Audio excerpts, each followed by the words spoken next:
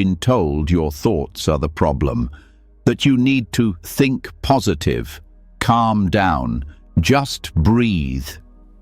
But if that really worked, why does your mind still race at night? Why do you feel like you're sinking beneath waves of worry that never stop? Why do you wake up tired, even after sleeping? They lied. The world taught you to chase peace by fixing everything out there: the job, the money, the body, the relationship. But no one told you the real reason you suffer. It's the clinging to control, to identity, to fear, to the stories in your head that never stop repeating. Buddhism understood this over 2,000 years ago, that your anxiety isn't caused by life itself, but by how tightly you hold on to what you think life should be. And the most powerful medicine isn't more thinking, it's understanding emptiness, not the kind of emptiness that makes life meaningless, but the emptiness that sets you free, that shows you your thoughts are not facts, your fear is not truth, and peace isn't something you chase. It's what's left when you let go. Tonight, as you listen, something will shift. Your shoulders will relax. The storm in your chest will start to pass, and you'll feel something rare. Space. Space between you and the thoughts. Space to breathe, to rest, to just be. And when you wake up tomorrow, your problems might still be there, but you will be different. Still, clear, unmoved. A quiet mind in a loud world. This isn't just another audio, it's a doorway, a reset, a return to yourself. Are you ready to let go? Let's begin. You've made it here because you're looking for something deeper than a quick fix. You're tired of carrying the constant weight of self-judgment, the voice in your head that criticizes even the smallest mistake, that turns silence into shame and effort into never enough. That voice has been with you so long, you might think it is you. But it's not, and you're about to learn how to let it go. There is a path that doesn't involve fighting your thoughts or pretending to be okay. It's quiet, it's gentle, and it's powerful. It's called Metta Bhavana, loving kindness meditation. And once you understand how it works, something will begin to shift inside you, not with force, not with control, but with deep, quiet compassion. The kind you've been needing for years without knowing how to give it to yourself. In most people's minds, meditation seems like something peaceful and perfect. But if you've ever sat in silence, you know it isn't always that way. What rises up first is usually not peace, but pain, regret, insecurity, guilt. The inner critic rushes in, convinced it needs to speak first. And it's loud. But loving kindness doesn't try to argue with that voice. It doesn't debate or resist. It simply speaks a different language, one of care, of warmth, of acceptance. This practice trains your mind to respond to pain the way a loving friend would, and slowly that cruel, cold voice begins to lose its power. It starts with a phrase, a whisper in your mind, not of shame, but of kindness. May I be safe, may I be happy, may I be healthy, may I live with ease. At first, these words might feel foreign, maybe even fake. You might say them with tightness in your chest, with doubt, even with anger. But that's okay. Metta doesn't require you to believe the words. It only asks you to keep saying them gently, over and over, because the act of speaking kindly to yourself is already healing, even if you can't feel it yet. Think of it like tending to a wound. You don't need to believe the bandage will work. You only need to apply it and give it time. These phrases are the bandage for the invisible wounds you've carried for far too long. Now, let's understand the critic. It often sounds like protection, like it's trying to prevent failure or embarrassment, but underneath its sharpness is fear. Fear of not being good enough, of being left behind, of being unlovable. The inner critic is loud because it believes that by being hard on you, it can keep you safe. But you don't need that kind of safety anymore. You need softness. You need care. You need a new voice, one that says, "I see you're trying. That's enough." This is what Metta Bhavana teaches. Not self-improvement, but self-acceptance. Not fixing, but holding. Start by sitting with your eyes closed and your breath soft. Place your hand on your heart if that feels okay. Begin to say the phrases slowly. May I be safe. May I be happy. May I be healthy. May I live with ease. Say them gently, even if they feel hollow. Each time you speak them, you are planting seeds. Some part of your mind is listening, and though you may not notice it today, the soil is shifting. There is no need to force emotion. Loving kindness doesn't require you to feel love immediately. It only asks for the intention, the willingness to care even a little. You may feel resistance. You may hear the critic saying, "This is pointless. You don't deserve this. Who are you to wish yourself happiness?" But that's the very reason to continue, because that voice has ruled for too long. Over time, something else begins to emerge. You notice small changes, a softer edge to your thoughts, a pause before judgment, a sense that you are no longer at war with yourself. This is not magic. It's practice, and this practice deepens. Once you've spent time offering these phrases to yourself, the circle of care begins to expand, not because you're trying to be good, but because compassion, once awakened, naturally spreads. You begin to say the phrases for someone you love. May they be safe. May they be happy. May they be healthy. May they live with ease. Then someone neutral, then someone difficult, not to forgive their harm, but to stop holding it, to stop letting pain multiply in your own mind. But it starts, and must start, with you. Metta is especially powerful for those of us who grew up in homes where love was conditional, where affection was earned, where perfection was praised, but vulnerability was punished. That environment trains the inner critic to thrive. It teaches us that kindness is a reward, not a right. Loving kindness meditation retrains that response. It gives you the kindness you needed back then, right now. Not through memory, but through repetition. Through the daily act of reminding your nervous system, you are safe, you are enough. And this changes how you move through the world. You stop needing other people to give you what you can finally give to yourself. You become less reactive, less desperate for approval, less terrified of mistakes. Not because the fear is gone, but because you've learned how to meet it with compassion instead of punishment. That doesn't mean the critic vanishes overnight. It will return during stress, failure, uncertainty. But each time, you'll have a new response. Instead of collapsing into shame, you'll breathe. You'll return to the phrases, and you'll remember, this voice is old. This pain is not the truth.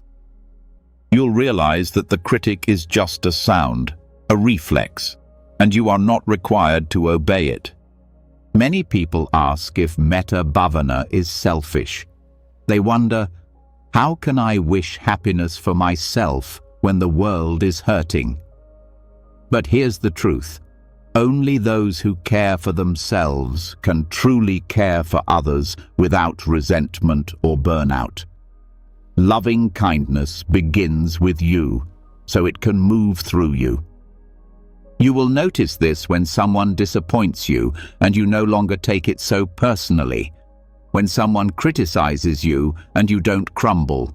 When you fail at something and instead of spiraling, you say, "That was hard, and I'm still worthy." These are not small shifts. They are signs of inner freedom. In this practice, consistency matters more than intensity. 10 minutes a day is enough. You don't need candles or silence or perfection. You just need a willingness to be with yourself as you are. On some days, the words will feel warm and comforting. On others, they'll feel flat or frustrating. Keep going. The critic has had years of practice, so give yourself permission to keep practicing too. Eventually, the voice inside you changes. It becomes more like a companion than a judge. A voice that says, "You're doing your best." A voice that rests beside you when you're in pain instead of blaming you for it. This is not wishful thinking. It's the result of rewiring your attention, your emotions, and your beliefs, all through the repetition of a simple, quiet wish. There are deeper layers too. As you continue, you begin to notice the difference between your true awareness and your conditioned mind. The critic is part of the conditioned mind, built from years of judgment, culture, media, and fear.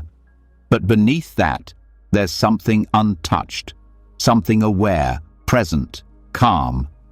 Metta helps you connect to that part of you, not to escape pain, but to be with it without collapsing, without clinging, without needing it to go away before you can be okay. You'll start to feel the space between the thought and the truth, between the feeling and your identity. You'll notice the critics say, "You're a failure," and you'll respond with, "That's a thought, not a fact." And that space is freedom, not dramatic, not loud, but steady, real. Over time, you begin to realize that self-compassion isn't weakness, it's resilience. The ability to sit with your own pain without turning it into a weapon, to face yourself honestly and still say, "May I be free from suffering." Not because you're perfect, but because you're human. And perhaps the most beautiful effect of all, when others are hurting, you'll be able to stay present. Because you've practiced staying present with your own suffering, you've built that muscle. And now, when someone else is drowning in their critic, you'll be the one who says, "It's okay, you're still worthy." All because you learned how to say that to yourself. This is the quiet power of loving kindness. It doesn't need noise, it doesn't need proof. It doesn't wait for you to fix your life first. It begins now, exactly as you are, with a breath, with a whisper. May I be safe. May I be happy. May I be healthy. May I live with ease. And maybe for the first time in your life, the voice that answers back is kind. And slowly, the voice softens, not just for a moment, but in the spaces where self-judgment used to live. Something opens. You don't rush to blame yourself anymore. You pause, you breathe, you respond instead of react. This shift isn't loud or dramatic. It's subtle, but it's real. Now, a deeper understanding begins to form. As your heart grows quieter, your mind begins to reveal its patterns more clearly. What you once thought were random moments of stress, distraction, or inner chaos begin to show themselves as something far more structured. The Buddha called them the 5 hindrances, and when you learn to see them clearly, the confusion in your mind starts to lose its grip. Every moment of anxiety you've felt, every restless day, every foggy night spent overthinking or shutting down, they all fall into these 5 categories. These aren't abstract ideas. They're deeply human experiences, ancient names, but modern truths. If you've ever wanted a map of your mental landscape, this is it. Not just a list of problems, but a pathway through them. The first hindrance is sensual desire. At first, it doesn't sound like a problem. The world even encourages it. More pleasure, more comfort, more escape. But this isn't about healthy joy. It's about craving. The endless reaching towards something that promises peace, but never delivers. When anxiety arises, the mind often grabs onto something. Food, scrolling, planning, shopping, fantasizing. The relief is short. The tension always returns. Sensual desire in this context is the constant movement of mind toward, what if I just had this? The nervous system believes pleasure will end discomfort, but it only hides it temporarily. The deeper issue isn't pleasure, it's attachment. It's the belief that satisfaction is always one step away, so the mind never rests. It seeks, then seeks more. When you recognize this craving in the body, the leaning forward, the tightness in the jaw, the urgent hunger for something, you interrupt the cycle. You turn toward it, gently, and acknowledge it. Ah, this is wanting. This is the hunger for escape. The craving doesn't vanish, but it loses its illusion. And without illusion, it holds no power. You return to presence, not with force, but with understanding. The second hindrance is ill will. This one disguises itself cleverly. It wears the mask of justice, of sharp thinking, even of self-protection. But underneath, it is the slow poison of aversion, a pushing away of what is. It can sound like anger, but it also speaks in subtle tones, irritation, resentment, harshness. Toward others, yes, but most often toward yourself. Anxiety often hides in ill will, the tension of not wanting to feel what's present, the desperate attempt to fight reality. You tell yourself, I shouldn't be feeling this, and the conflict grows. You turn away from discomfort, and in doing so, you give it strength. Aversion does not remove pain, it doubles it. The path through this hindrance is not pretending to like what hurts, it's softening the pushback. It's acknowledging pain without adding rejection. This is difficult. I'm not failing for feeling this. I can stay with it. When the heart opens to discomfort, not with agreement but with compassion, ill will weakens. Not overnight, but breath by breath, reaction by response. You start to see that anger is often sadness with armor. That frustration is fear that hasn't been held, and slowly the heat cools. The third hindrance is sloth and torpor, often misunderstood as laziness, but it's something deeper. It's heaviness of mind, numbness, the fog that settles in when life feels too much.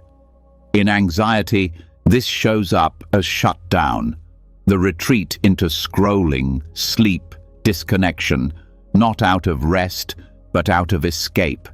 The body may be still, but the mind is drowning. It feels like emptiness, but it's actually a form of suffering. The danger here is subtle, because the world often praises stillness. But not all stillness is peace. Some of it is paralysis. When sloth takes over, there's a forgetting of life, a shrinking back from effort, from care, from wakefulness. The path through this is not pushing harder. It's lighting a small inner flame.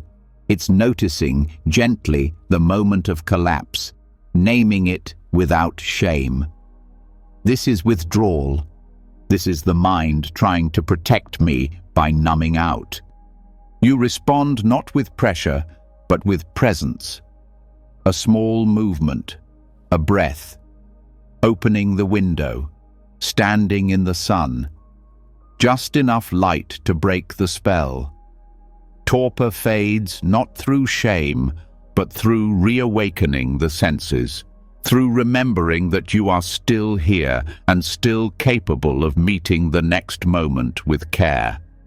The fourth hindrance is restlessness and worry. This one is loud. It speaks fast. It thinks in spirals. It makes lists, then rewrites them. It checks, then checks again. It pretends to be solving problems, but underneath it is panic in disguise. In modern life, this hindrance is everywhere, in constant notifications, in productivity pressure, in the way we glorify busyness. But beneath it all, there is fear, the fear of stopping. Restlessness rises when silence begins. It fills stillness with noise. It avoids presence by creating movement, mental or physical. The body gets tight, the breath shortens, the mind runs. And what's underneath is often a sense of being unsafe in stillness. The solution is not control, it's curiosity.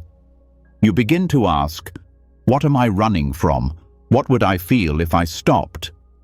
That question opens the door. Worry is a habit, not a helper. It feels productive, but it rarely resolves anything. It just burns energy. You interrupt it by anchoring the mind in sensation. Feet on the floor, air on the skin, sound in the room. You return to the simplicity of the moment, not because it's exciting, but because it's real. And realness is where safety begins. The fifth hindrance is doubt. The most dangerous, not because it's loud, but because it sounds so reasonable. Doubt questions everything, including the path itself. It whispers, is this really helping? What if you're wasting time? What if nothing works? Doubt is not the same as curiosity. Curiosity is open. Doubt is paralyzing.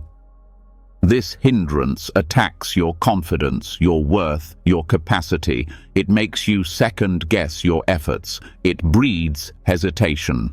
In anxiety, it often shows up as indecision, endless research, fear of choosing wrong, fear of trusting your experience. Doubt doesn't offer insight. It offers paralysis dressed up as intelligence. To meet this hindrance, you must respond not with argument, but with steadiness. You name the doubt. You don't get pulled into its stories. You say, this is the voice of uncertainty. It is not the end of the path. It is part of the path. You come back to what's real. Breath, body, ground. Not to fix doubt, but to move beside it. To walk forward, even when the voice says, are you sure? That is strength, not being certain, but moving anyway, with presence. All 5 hindrances are not enemies. They are teachers. They arise in every mind. They are not proof of failure.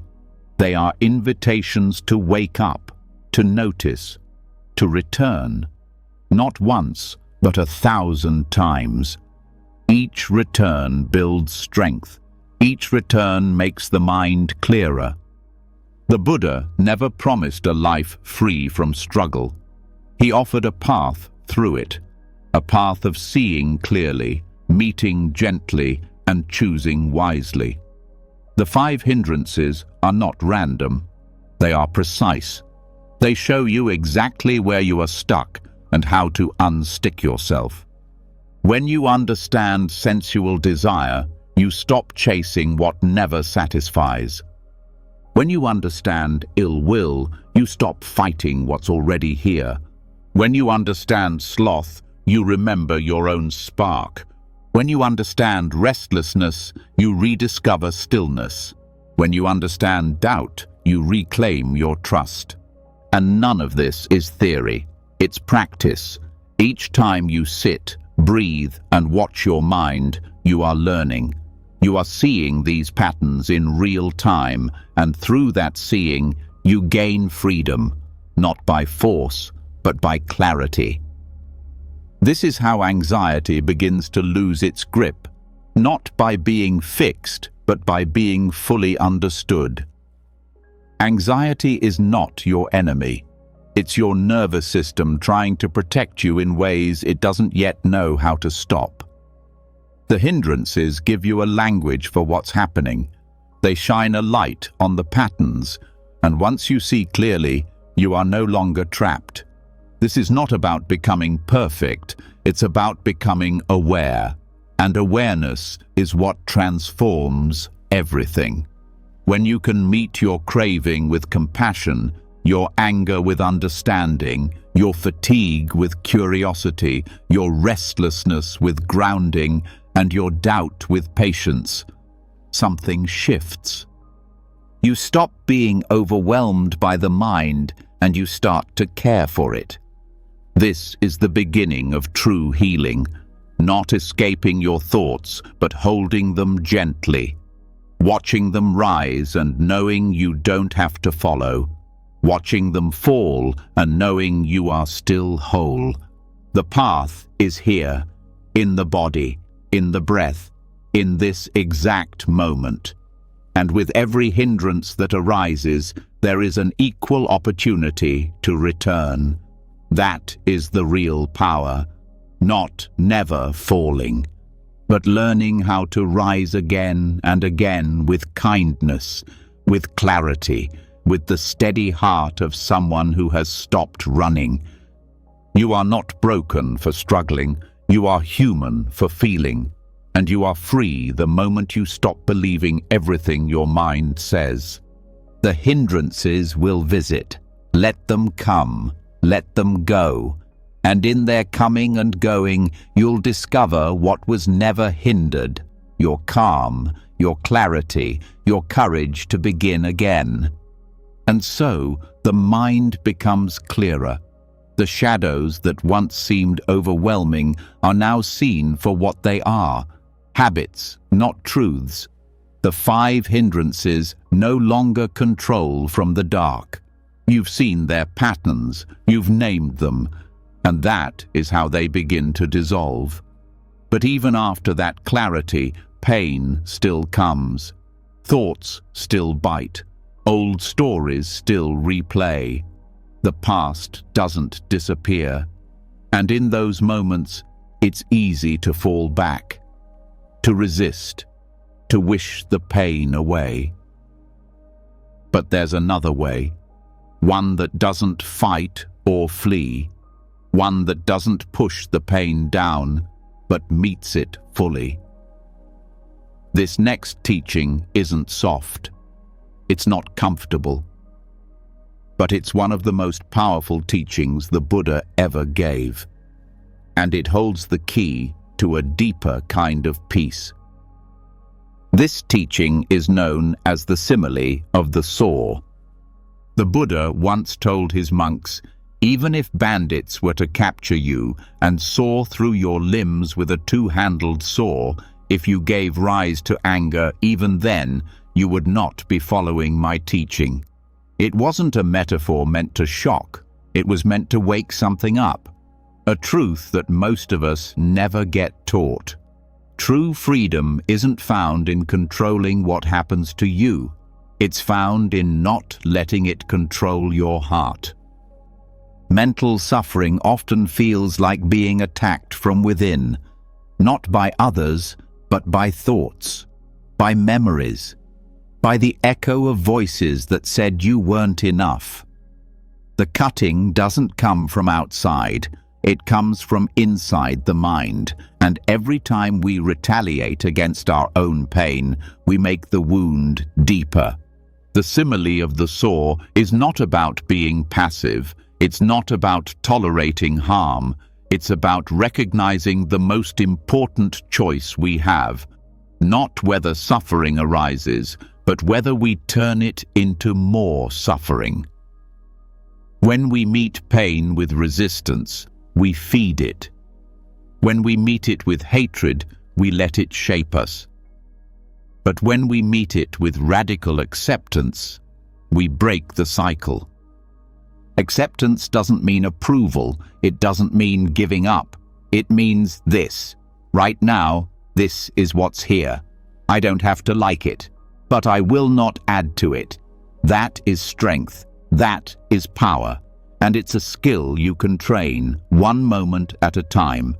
Mental pain takes many forms. Sometimes it's a voice that says you're a failure.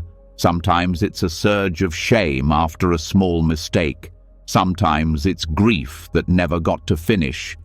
These experiences cut deep, and the reflex is to fight, to shut them down, argue with them, distract yourself, escape. But the fight keeps the wound open. When pain arises, the first step is to pause, to notice what the mind is doing. Is it attacking? Is it defending? Is it trying to numb out? That pause is not weakness, it's awareness, and awareness is what creates choice. In that space, you begin to notice that the pain is not personal. It may feel personal. It may wear your voice, your memories, your history, but it is not who you are. It is something arising in awareness. It is a wave. You are the ocean. This is not spiritual bypassing. This is not pretending things are okay when they're not. This is meeting what's true without letting it steal your peace. Sometimes, mental suffering comes as repeated thoughts, over and over, the same sentence, the same fear, the same regret. Like a saw going back and forth, each time it returns, it stings. You start to believe the only solution is to silence it. But thought suppression never works. It just moves the pain into deeper layers of the mind. The simile of the saw offers a different approach.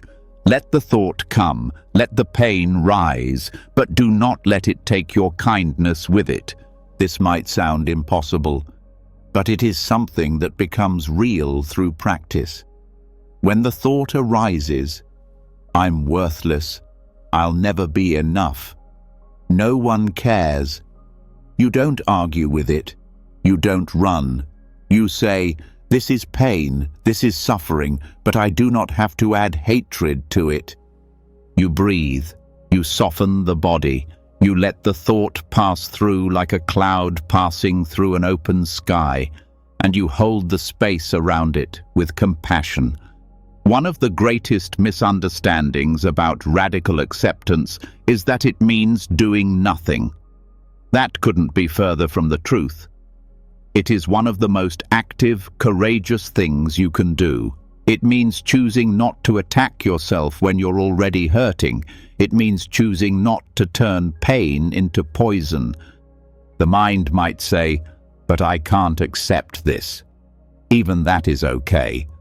You can accept the resistance. Acceptance includes everything, even the parts of you that resist. In this practice, there's no pressure to do it perfectly.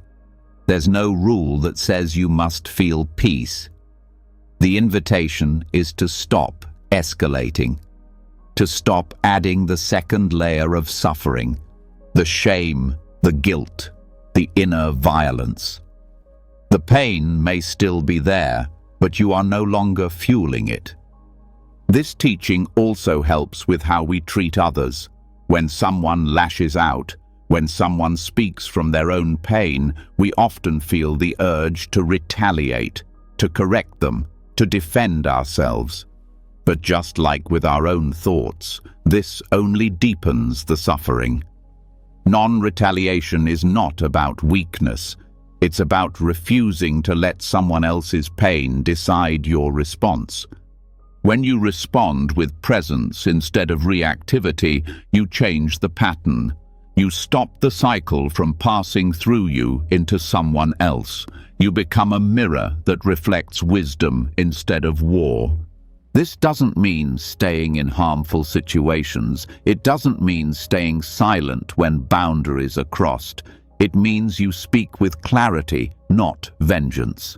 You act with wisdom, not rage. You protect with strength, not with cruelty. And the same applies to your relationship with yourself. Every time a painful memory returns, you have this choice: to attack yourself or to hold yourself, to believe the story or to see the pain beneath it, to become the voice of suffering or to become the space that allows healing. That space, the one that sees without judgment, is what mindfulness cultivates. It is what every breath brings you closer to, and over time, that space becomes your home. The mind may still move, pain may still come, but you are no longer caught inside it. You are aware. You are steady. This is not detachment. This is not coldness. This is warmth that doesn't need to prove itself. A quiet strength that refuses to add harm where there's already pain. One of the most beautiful effects of this practice is that it changes the inner dialogue. The mind that once punished you for feeling becomes the mind that comforts. The part of you that once screamed now speaks gently. The inner war fades, not because life became easier, but because you stopped adding weapons to the battlefield. This teaching, if practiced, can change how you experience everything: grief, fear, anger, failure. It becomes less about escaping pain and more about relating to it in a new way, not as an enemy, not as a test, but as something that can be met, held, and allowed to pass. Radical acceptance is not giving in. It's giving up the fantasy that things must be different before you can be okay. It's the power to say, even this belongs. Even now, I can be kind.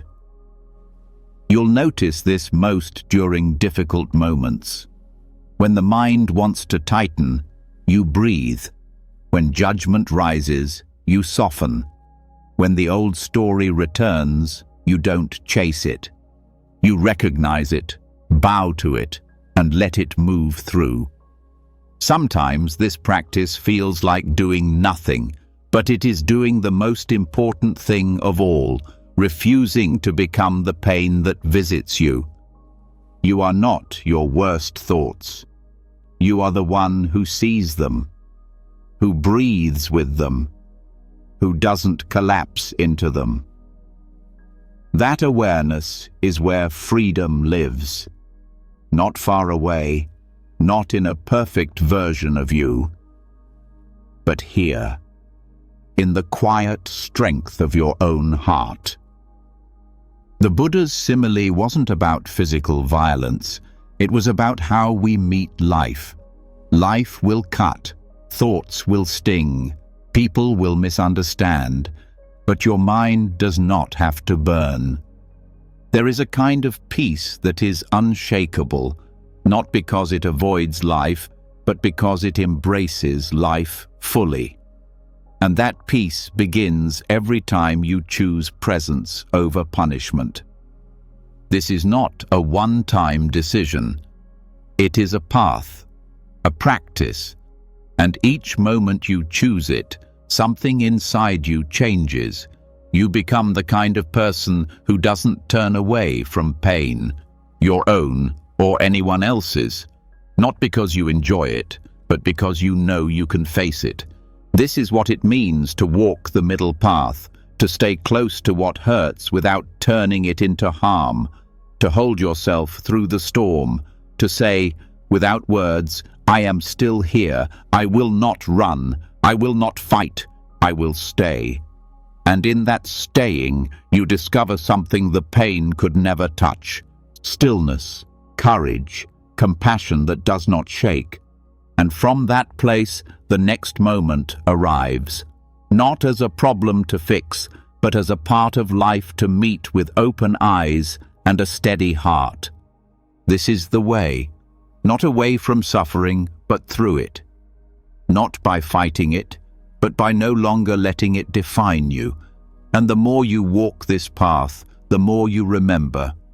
You were never broken, only waiting to come home. And then there is a silence deeper than quiet, the kind that doesn't come from shutting out the world, but from no longer reacting to it. You feel it after you've stopped resisting your own pain, after you've chosen not to fight the thoughts that once ruled you. That inner stillness doesn't need conditions. It doesn't depend on fixing or changing anything. It simply reveals itself when the inner storm settles. But how do you stay there? How do you remain grounded when life starts moving again? How do you keep the calm without gripping it, without turning peace into another goal? The answer is more intimate than any belief and more immediate than any philosophy. It begins with the breath, not the one you control, but the one that's always been breathing you. There is a practice, simple on the surface, yet endlessly deep. Anapanasati, mindfulness of breathing. It's not about deep breathing or making your breath perfect. It's not about forcing your mind to be still. This is the subtle art of letting the breath breathe itself, and you learning how to be with it, just as it is. In a world that teaches control as safety, Anapanasati is a return to trust, a return to the body, a return to the present without needing to shape it. When you sit and bring attention to the breath, the mind usually does something immediately. It tries to adjust the breath, fix it, make it better. The practice begins by noticing that impulse, the need to interfere, and then choosing to step back, letting the body do what it already knows how to do, breathing. The breath doesn't need your help, but your attention, gentle, non-controlling, brings you into harmony with something more stable than thought. Thoughts jump. Breath stays. Thoughts spin stories.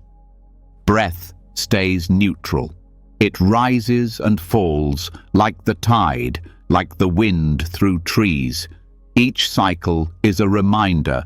Life moves on its own. At first, this may feel boring.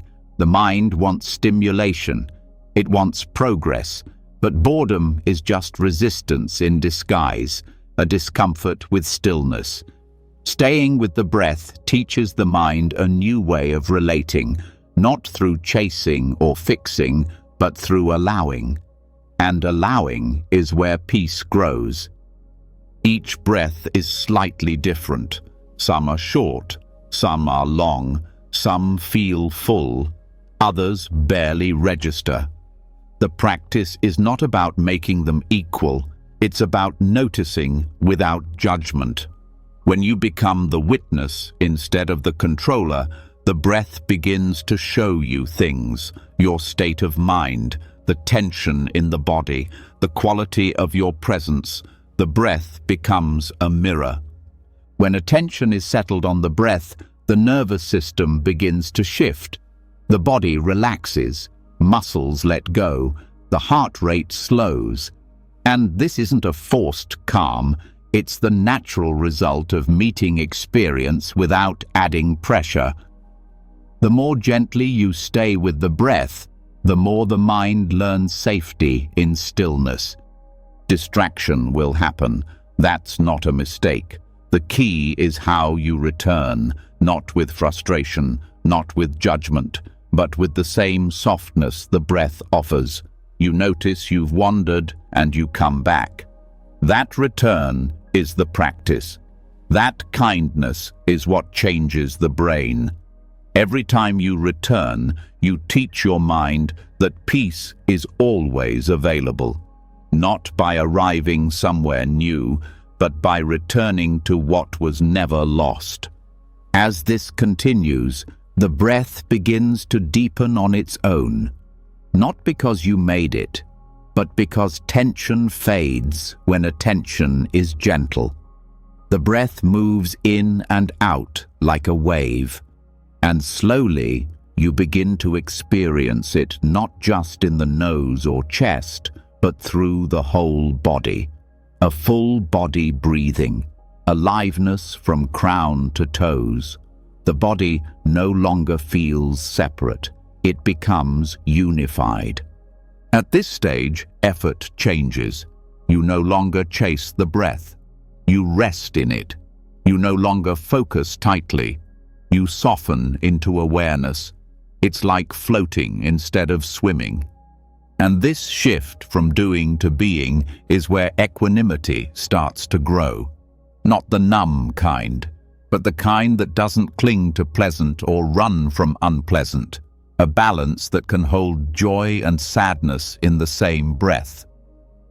Anapanasati is not about becoming blank. It's about becoming clear. You start to see how thought arises and fades, how emotion moves like weather, how everything comes and goes, but awareness stays. The breath is your anchor, not to trap you, but to keep you from drifting into old patterns. This practice is also a training in patience. The mind wants results. It wants to measure progress, but breath doesn't care about progress. It teaches presence, not performance. Some days, attention will be stable. Other days, it will scatter. Both are part of the journey. The breath teaches you to meet yourself as you are, not as you wish to be. When you stay with the breath long enough, something unexpected happens. You begin to sense that the breath is not something you are doing. It's just happening. You're not breathing. You're being breathed. Life is moving through you. This realization is small on the surface, but profound in effect. It loosens the grip of ego. The sense of being the controller softens. There's no need to force anything. There's just awareness and breath and stillness. In this space, the mind begins to let go of chasing. You don't need to fix every thought. You don't need to change every emotion. You don't need to solve your whole life in one sitting. You just return, again and again. And with each return, the depth of presence grows.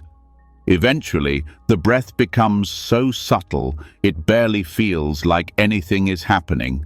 But awareness stays. This is not dullness. This is clarity without content. A quiet mind that is not shut down, but wide open. In this stillness, insight can arise, not forced, not searched for, but revealed. You begin to understand things not with logic, but with direct seeing. The nature of impermanence, the nature of self, the nature of peace. And perhaps the most beautiful part of this practice is how it begins to shape daily life. You notice your breath while walking, while speaking, while waiting. It becomes a friend, a reminder. When anger stirs, you breathe. When fear rises, you return. When joy arrives, you stay. The breath is always there, steady, quiet, offering a way back. Anapanasati also opens the door to deep emotional healing. When grief surfaces, the breath is a place to rest. When shame rises, the breath is a space that doesn't judge. The breath holds all of you. It doesn't require you to be calm to return to it. It meets you where you are, every time. There's no finish line here, no final breath that completes the journey. It is a path of deepening, not arriving, and every moment is a new beginning, a new chance to stay, to soften, to open. Some teachings say that watching the breath leads to joy, then tranquility, then stillness, then insight. But these are not steps to chase. They are experiences that unfold naturally when effort dissolves, when control softens into trust, when attention becomes gentle enough to hold even the subtlest experience without fear. This is what the breath teaches. Not just how to be calm, but how to be free. Free from the need to escape the moment. Free from the belief that peace is somewhere else. Free from the habit of pushing, pulling, grasping. When you let the breath breathe you, you stop trying to manage life. You begin to experience it directly, without filters, without resistance. Just the rise, the fall, the quiet space in between. In that space, something timeless opens, a stillness that doesn't belong to you, but includes you. A peace that cannot be owned, but can be lived. And in that peace, you remember who you are beneath all the stories. Aware, present, unshaken. No thought can give you this. No achievement can match this. It is the gift that breath brings every moment, if you're willing to stop reaching and simply receive. This is the subtle art, the great undoing, not doing more, but doing less, until only presence remains, and in that presence there is nothing missing, nothing to fix, only this breath and the next, and it is enough.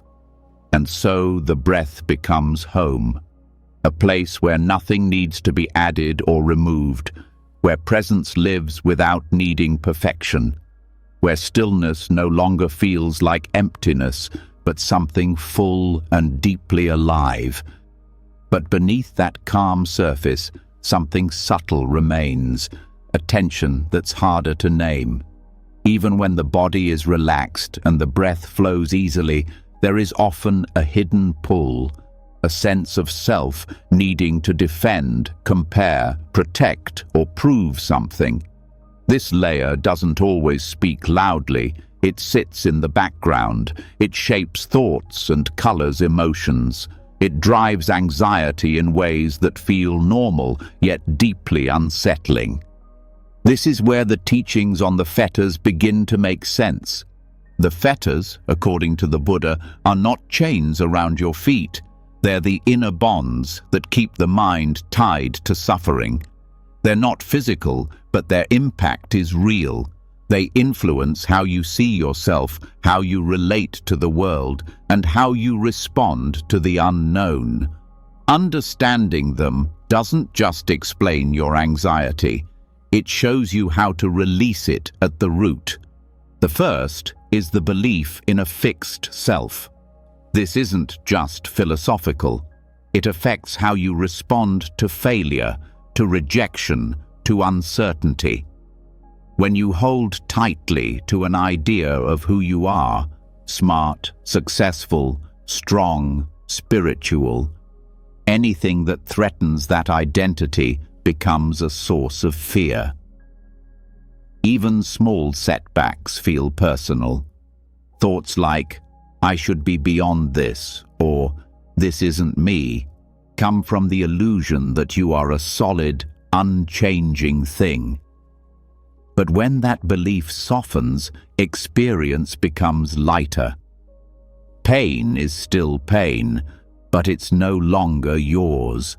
It's just what's passing through. The second is doubt. Not the open curiosity kind, but the paralyzing kind. The kind that tells you to stop trying, that whispers you're not doing it right, that questions the practice, the path, your own worth. This isn't healthy skepticism. It's the mind trying to stay in control by never committing. Doubt creates anxiety by feeding endless loops of uncertainty. It keeps the heart half closed. The way through is not to argue with doubt, but to move anyway, to practice even when unsure, to stay when the mind says flee. Trust isn't a feeling, it's a direction. Next is attachment to rites and rituals. This doesn't mean ceremonies are bad. It points to the mind's habit of thinking peace can only come from doing things a certain way. It's the voice that says, "I didn't meditate perfectly today, so it doesn't count," or "I missed a day, now I've failed." This attachment turns practice into pressure. It turns freedom into performance. But liberation doesn't depend on appearances. It depends on how fully you meet the present. Letting go of this attachment allows practice to become something lived, not performed. Something honest, not rigid. As the path deepens, subtler fetters arise. There is craving, not just for things, but for experiences. Craving for peace, for bliss, for certainty. The mind tries to recreate the last moment of stillness, and in doing so, leaves the present. This type of craving hides beneath spiritual effort. It's wanting the fruits of practice while resisting the patience it requires. The way out isn't through suppression. It's through seeing how craving adds weight to everything. When the craving is seen clearly, the grasping loosens. The heart remembers how to rest. Alongside craving is aversion, the rejection of discomfort. This can take the form of irritability, judgment, or subtle tightening when something unpleasant arises. It's the mental habit of pushing away anything that doesn't match your idea of peace. But peace that depends on conditions isn't peace. True freedom includes the whole range of experience. When aversion is met with kindness, it starts to lose its force. It no longer needs to be believed. It can be noticed, held, and allowed to pass without punishment. There is also the attachment to form, the subtle clinging to meditation experiences, identities, and even insights. This shows up as pride in progress or fear of losing what's been gained. It's the feeling of, "I've reached something, I must protect it." But anything that needs defending is not stable. True understanding doesn't cling. It lets things arise and pass without ownership. Releasing attachment to form doesn't mean abandoning practice. It means practicing without ego, without needing proof. Further along the path comes restlessness, not just the obvious fidgeting, but deep unease. The sense that something still isn't right, that you haven't done enough, that you're missing something. This restlessness fuels endless seeking. It makes silence uncomfortable and movement addictive.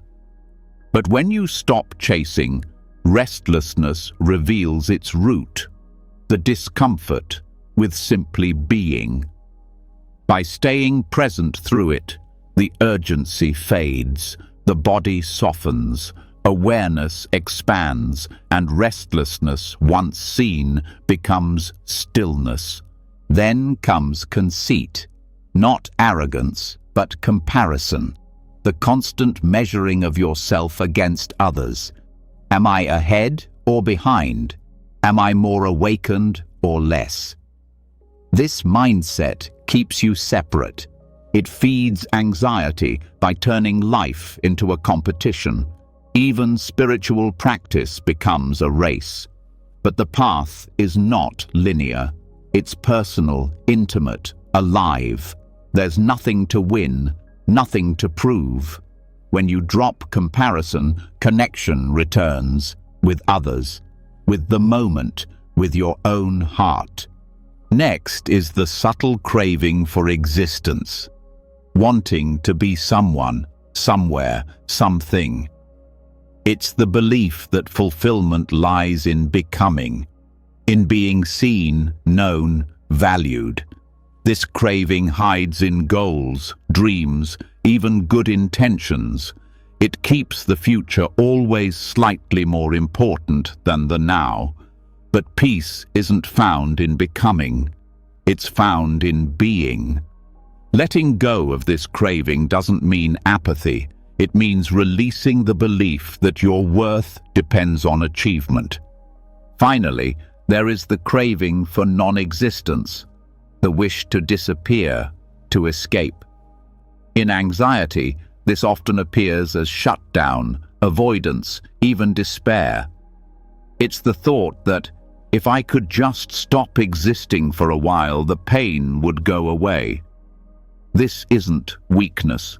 It's suffering that hasn't found a way to speak. The way through isn't in suppressing this feeling, but in listening to it with deep compassion.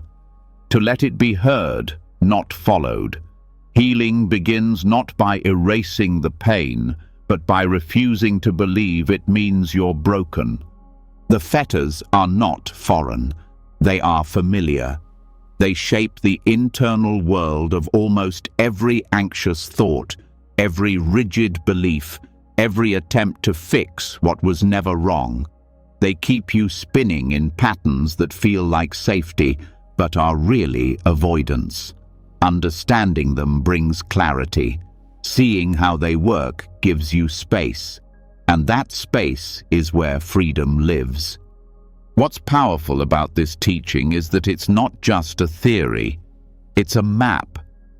A way to name what's been confusing. A way to recognize that what you're feeling is part of a shared human struggle. That your anxiety is not a personal failure, but a universal experience seen clearly by the Buddha thousands of years ago. And just as the fetters are shared, so is the path that frees you from them. Each moment of mindfulness loosens their grip. Every time you return to presence instead of spiraling into thought, one strand weakens. Every breath taken without judgment, every feeling met without reaction, every day lived without the need to prove anything. It all adds up. This is not perfection. It's process. It's not sudden. It's gradual, but it's real. And with every step, identity becomes lighter. Fear becomes less defining. The self becomes less of a cage. Not because it's erased, but because it's no longer clung to. You stop needing to be a fixed thing. You become more like the breath, present, changing, free. This freedom doesn't mean you no longer feel. It means you no longer fight your feelings. You allow experience to rise and fall. You allow joy without needing to hold it. You allow pain without needing to fix it. You meet life with a heart that is steady, open, awake. And as each fetter breaks, the mind becomes more quiet. Not because nothing's happening, but because nothing needs to be controlled. The anxiety that once felt like a storm becomes a passing wind. The fear that once felt like identity becomes a signal, seen, understood, not obeyed.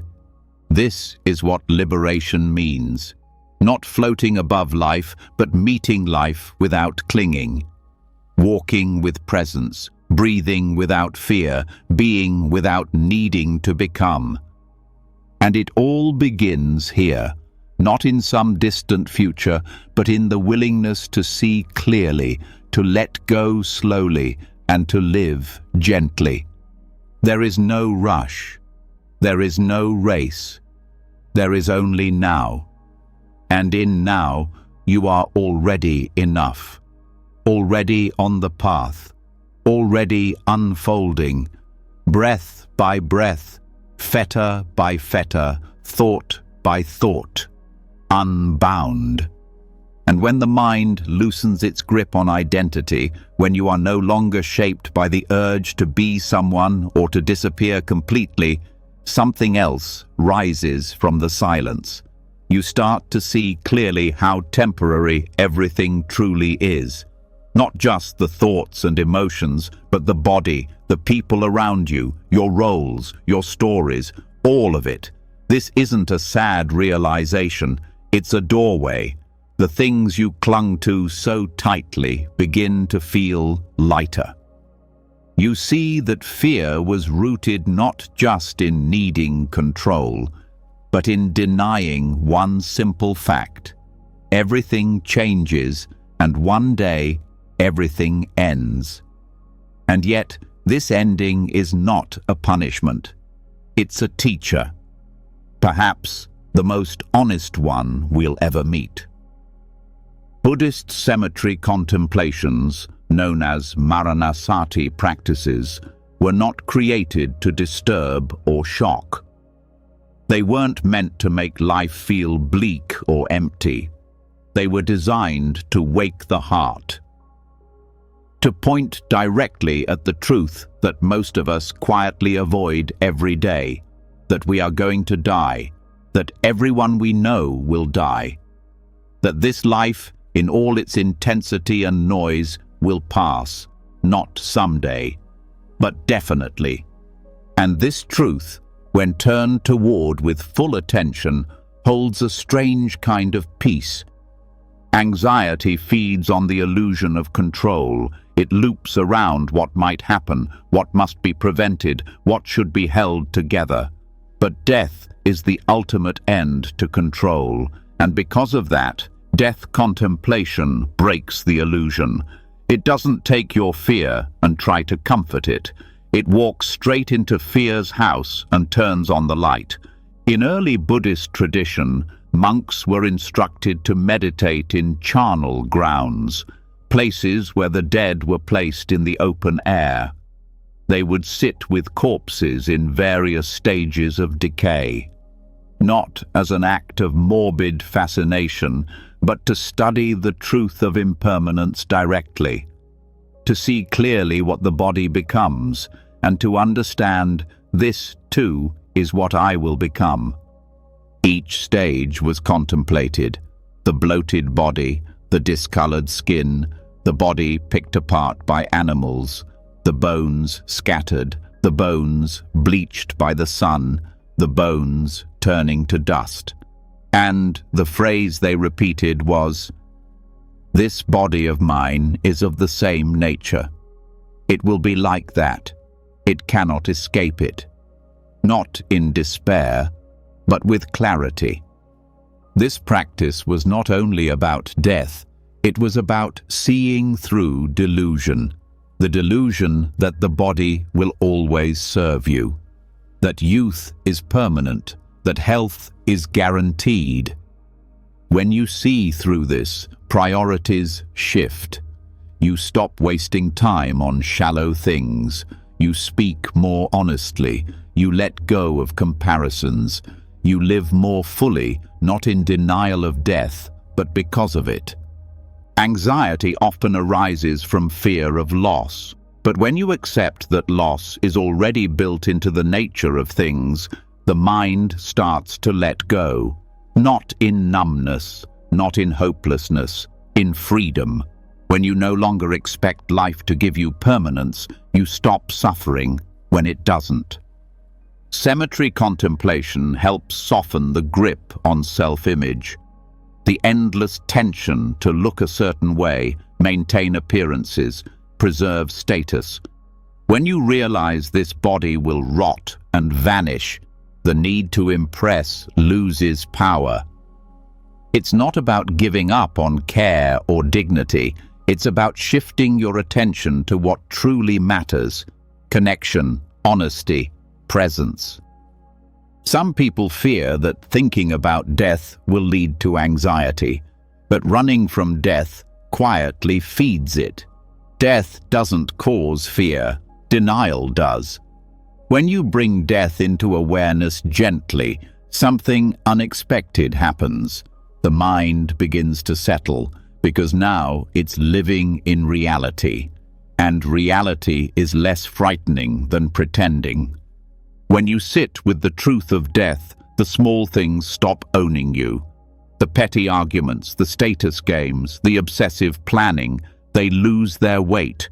Death reveals what's real, what's worth your energy, what's worth your attention. You stop rushing toward the future and start listening to the moment. There is also compassion in this practice. When you reflect on your own death, it becomes easier to forgive others, to understand that they too are temporary, that the person who wronged you, who triggered you, who disappointed you, they will die, just like you. And suddenly, the anger doesn't seem so necessary. You stop needing revenge. You stop needing to win. You begin to let go. This practice also helps prepare for the unknown. The mind wants certainty, but death is the one thing no one escapes and no one fully understands. By turning toward it, you begin to build a relationship with uncertainty. You train yourself to rest in not knowing, and that skill changes everything, because every anxious thought is a protest against uncertainty. But if you've learned to sit with death, you've learned to sit with life exactly as it is. There are gentle ways to practice cemetery contemplation without sitting in a charnel ground. You can reflect each day. This body will age, weaken, and die. It cannot be otherwise. You can walk through a cemetery, not to mourn, but to remember.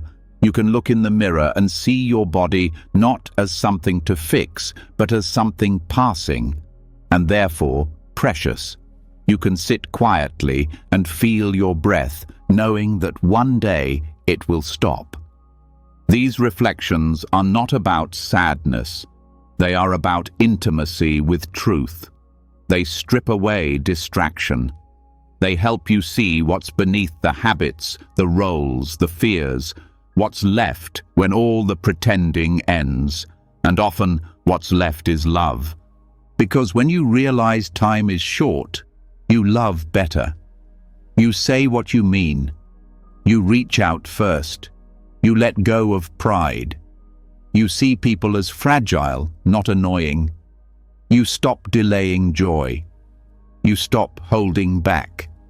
Death teaches urgency, not the urgency to rush, but the urgency to live fully now. You begin to notice how many fears fade in the light of mortality. Fear of embarrassment, fear of not being enough, fear of being misunderstood. These are real, but they start to feel less important, because compared to dying with regret, a little discomfort doesn't seem so serious. And in the same breath, you begin to treasure the ordinary. The sound of the wind, the softness of someone's hand, the laughter that wasn't planned. These things stop being background noise. They become sacred, not because they last, but because they don't. The practice also shifts how you relate to your own suffering. When pain arises, you remember, this too will pass. When grief stays, you know it belongs, because everything that ends deserves to be mourned. You stop needing every moment to feel good. You start letting every moment be enough. In this way, death is not the end of peace. It is the beginning. It cuts through illusion like nothing else. It shows you what anxiety tried to hide, that you were never meant to hold it all, that you don't have to outrun time, that you can live deeply even while knowing you will die. And strangely, this awareness of death often leads to more joy, because now you're not waiting for a perfect life. You're not putting off happiness until things settle down. You're not spending your days rehearsing the worst. You're awake, alive, here. The mind doesn't need to push away death to find peace. It can include it, welcome it as part of the truth. And in doing so, it stops resisting life. Each breath is a reminder. Not one is guaranteed, but each one is a gift. And knowing that, really knowing it, is what makes peace possible. So you live with your eyes open. You love with your heart open. You walk this life not trying to escape the end, but letting the end give meaning to each step. And when you do this, the fear begins to loosen. The anxiety begins to fall quiet. Not because the unknown is gone, but because you've stopped pretending you're supposed to control it. This is what the cemetery teaches. Not despair, not fear, but honesty. And through honesty, freedom. Because when nothing is held forever, everything becomes enough. When death is no longer pushed away, when impermanence becomes a truth you live with rather than resist, something opens within you. What once felt urgent loses its grip. The noise of wanting, proving, defending, it begins to fade. But even with this deep clarity, one force still pulls the mind back into restlessness more than almost anything else. Speech. Not just what we say out loud, but the constant verbal energy that moves through thought, reaction, and commentary. Words are powerful, and without awareness, they scatter the mind before we even notice. In Buddhist practice, there's something called noble silence. It's not just the absence of speaking, it's a complete withdrawal from unnecessary verbal energy.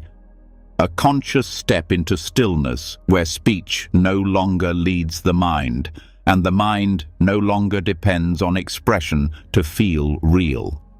This kind of silence doesn't suppress, it clarifies. Most people speak to feel in control, to fill space, to reduce discomfort, to feel heard, but very often speech is used not for truth, but to escape what's arising internally. Conversations turn into distraction, arguments turn into identity defense, advice turns into subtle self-importance. Even helpful words can be laced with attachment when they're said to keep the mind from sitting quietly with itself. Noble silence offers something else entirely. It strips away the noise that keeps the mind running in circles. It allows you to watch your inner world without having to comment on it, without needing to explain or be understood. And in that quiet, you begin to see how much of your anxiety is fueled by words, spoken or unspoken. You don't need to live in a monastery to practice noble silence. It begins with awareness. You start noticing how often you speak out of habit, how quickly you rush to respond, how often you fill space with commentary that doesn't need to be said. You begin to listen more, to pause before speaking, to feel the impulse to speak and choose restraint, not out of repression, but out of wisdom.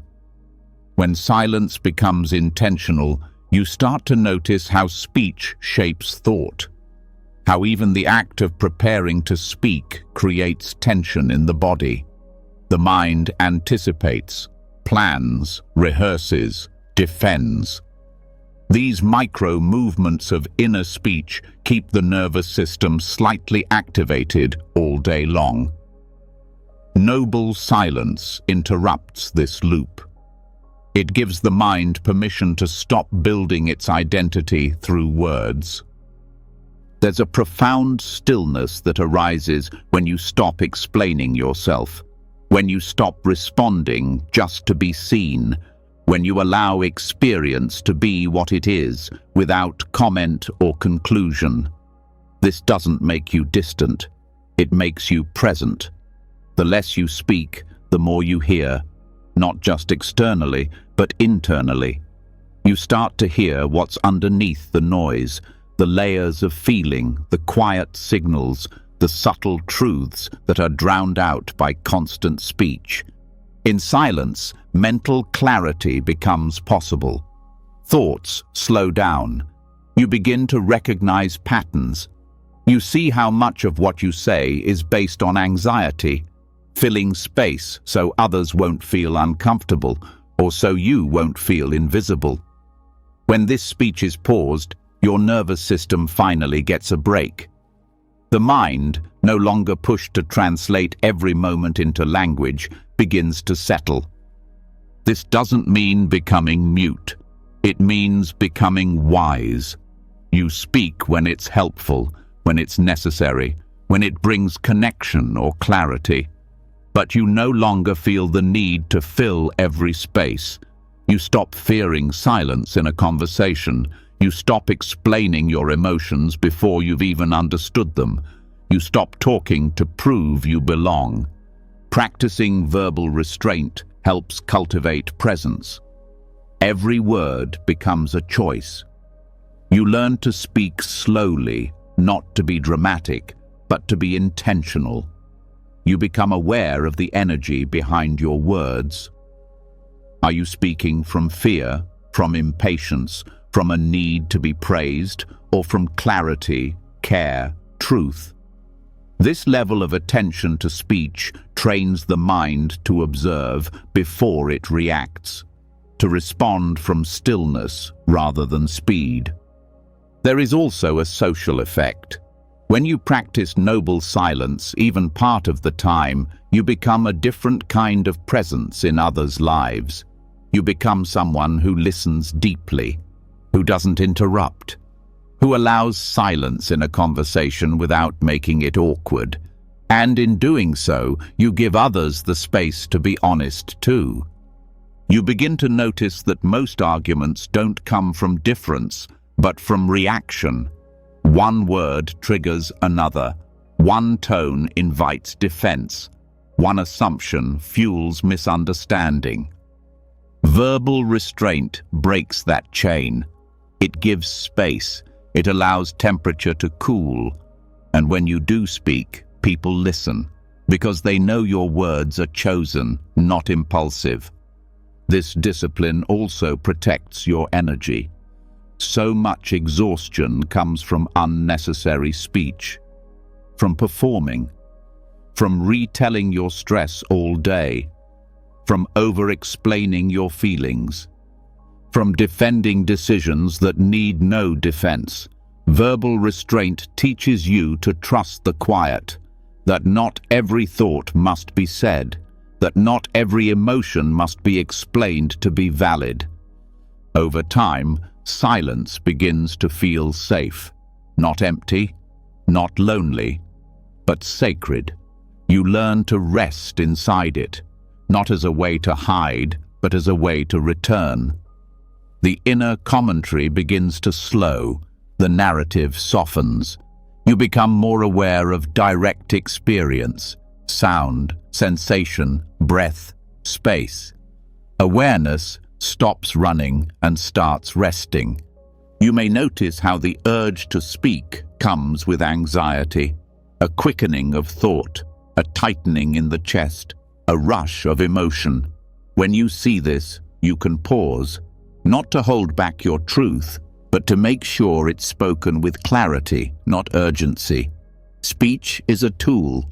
Noble silence teaches you when to use it and when to put it down.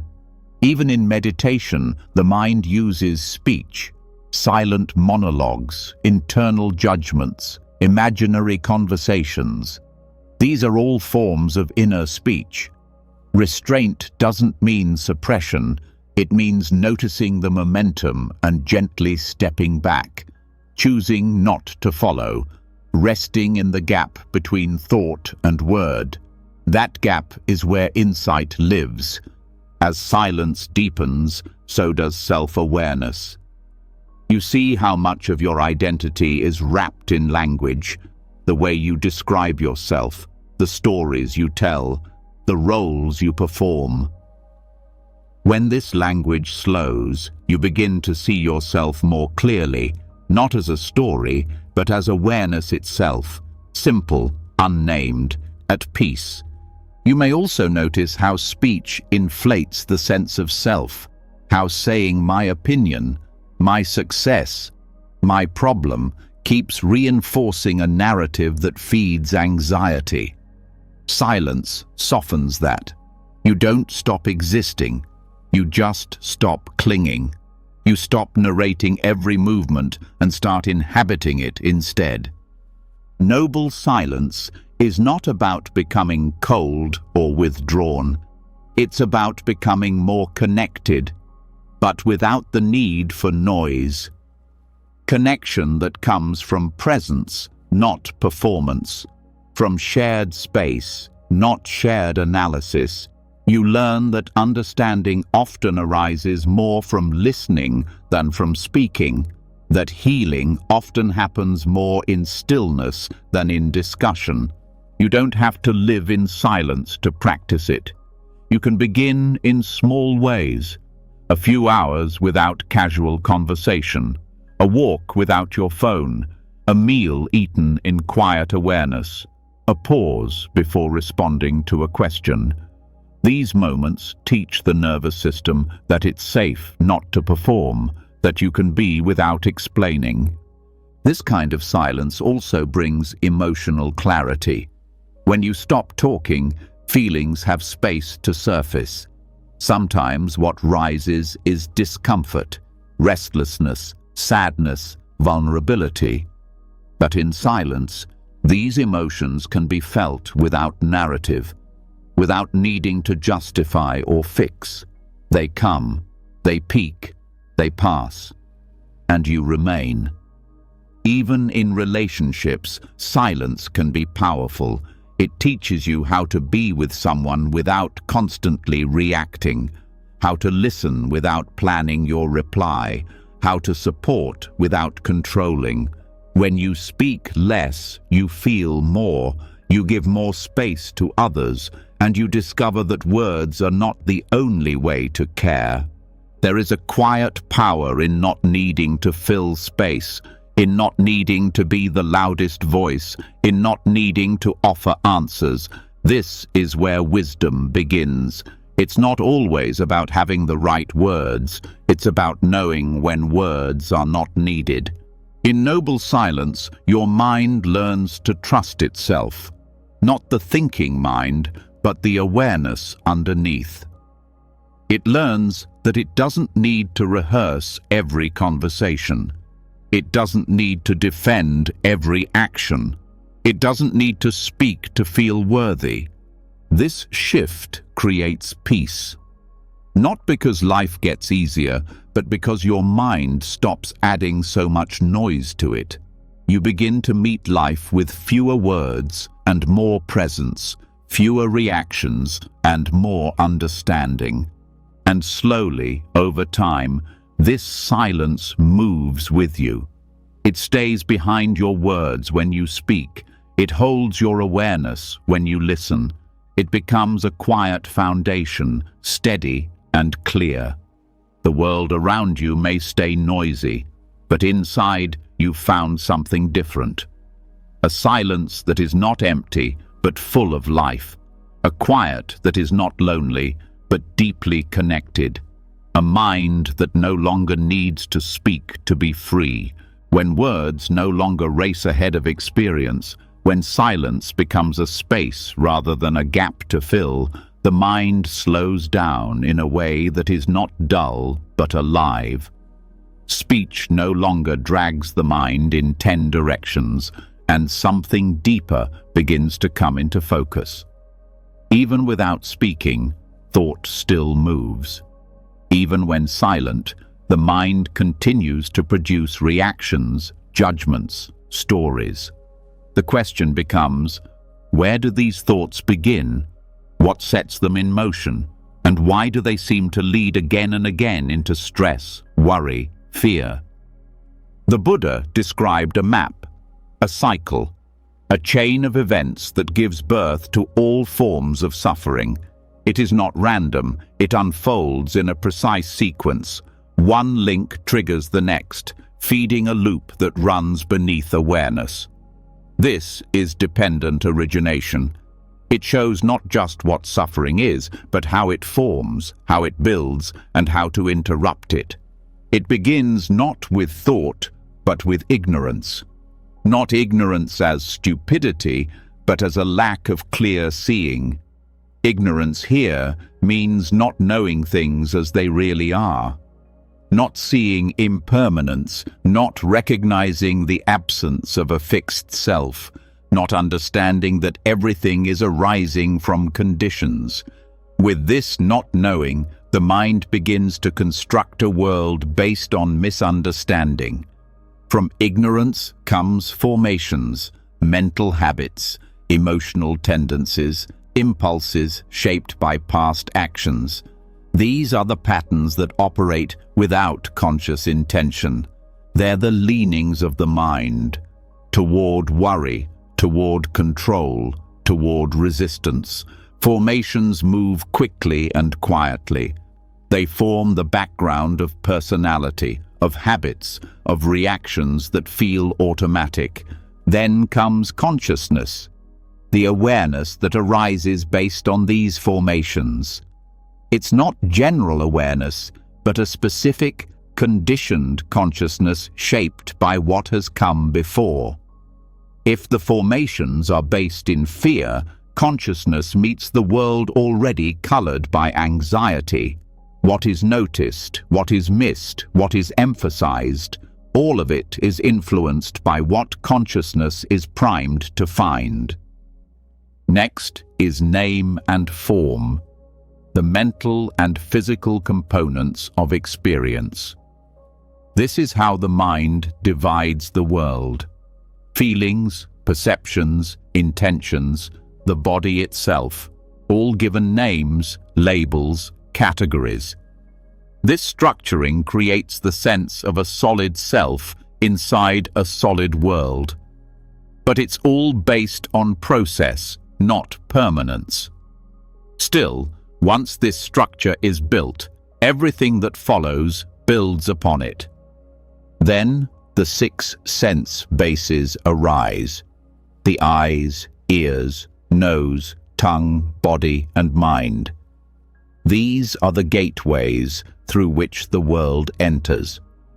Without them, experience cannot take shape. They are not passive. They are active processes shaping what is received and how it's received. And because they are rooted in conditioned consciousness, they do not see neutrally. They see what the mind is already leaning toward. With the sense bases in place, contact happens. This is the meeting point between the sense organ, the object, and the consciousness.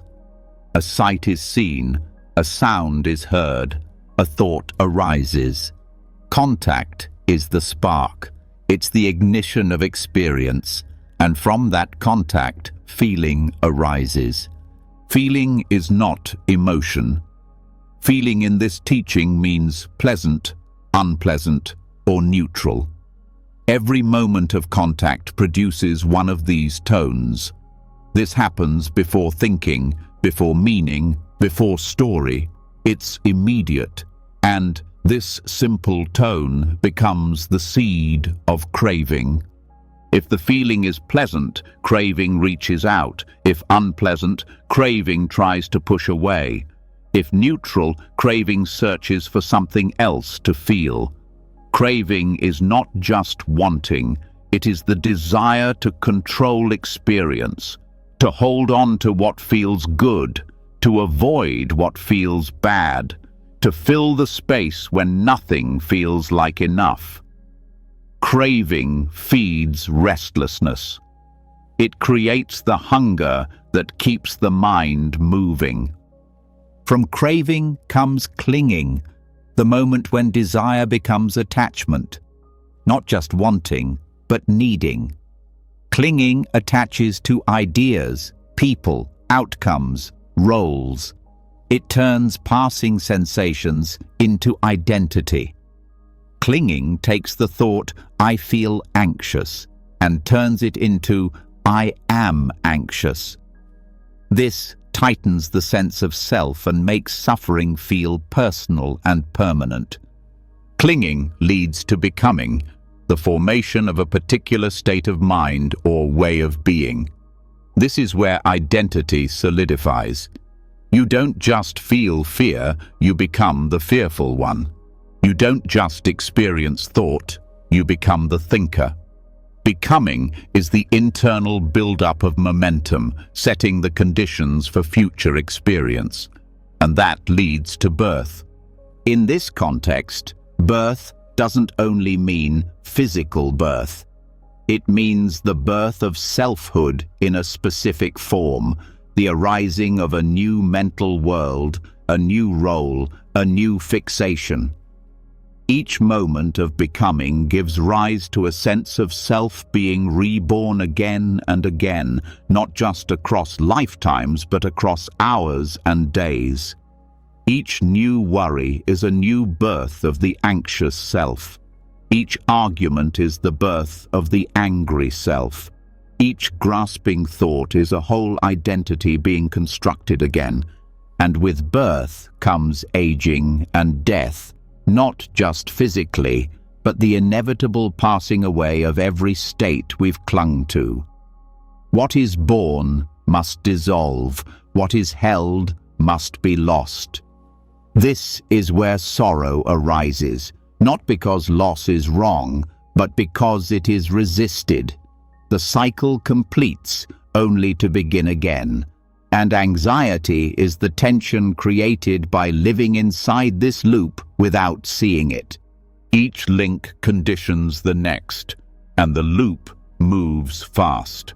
A single moment of discomfort spirals through the whole chain before there's time to notice. But once it's seen, even a small break in the chain creates space, and that space changes everything. Awareness breaks the chain. When ignorance is replaced with understanding, the loop doesn't complete. When feeling is noticed without reaction, craving doesn't follow. When craving arises and is met with mindfulness, clinging softens. When clinging loosens, becoming slows. When becoming slows, identity becomes fluid, and in that fluidity, suffering loses its foundation. This is not about controlling each link, it's about seeing them arise, watching their movement, understanding their connection. You start to catch moments earlier, before the full narrative forms, before the emotions solidify. You notice that craving has already started to reach. You pause, you stay, you feel the pull, but you don't follow it. And in that refusal to follow, the chain weakens. You begin to experience life as unfolding conditions, not as fixed events.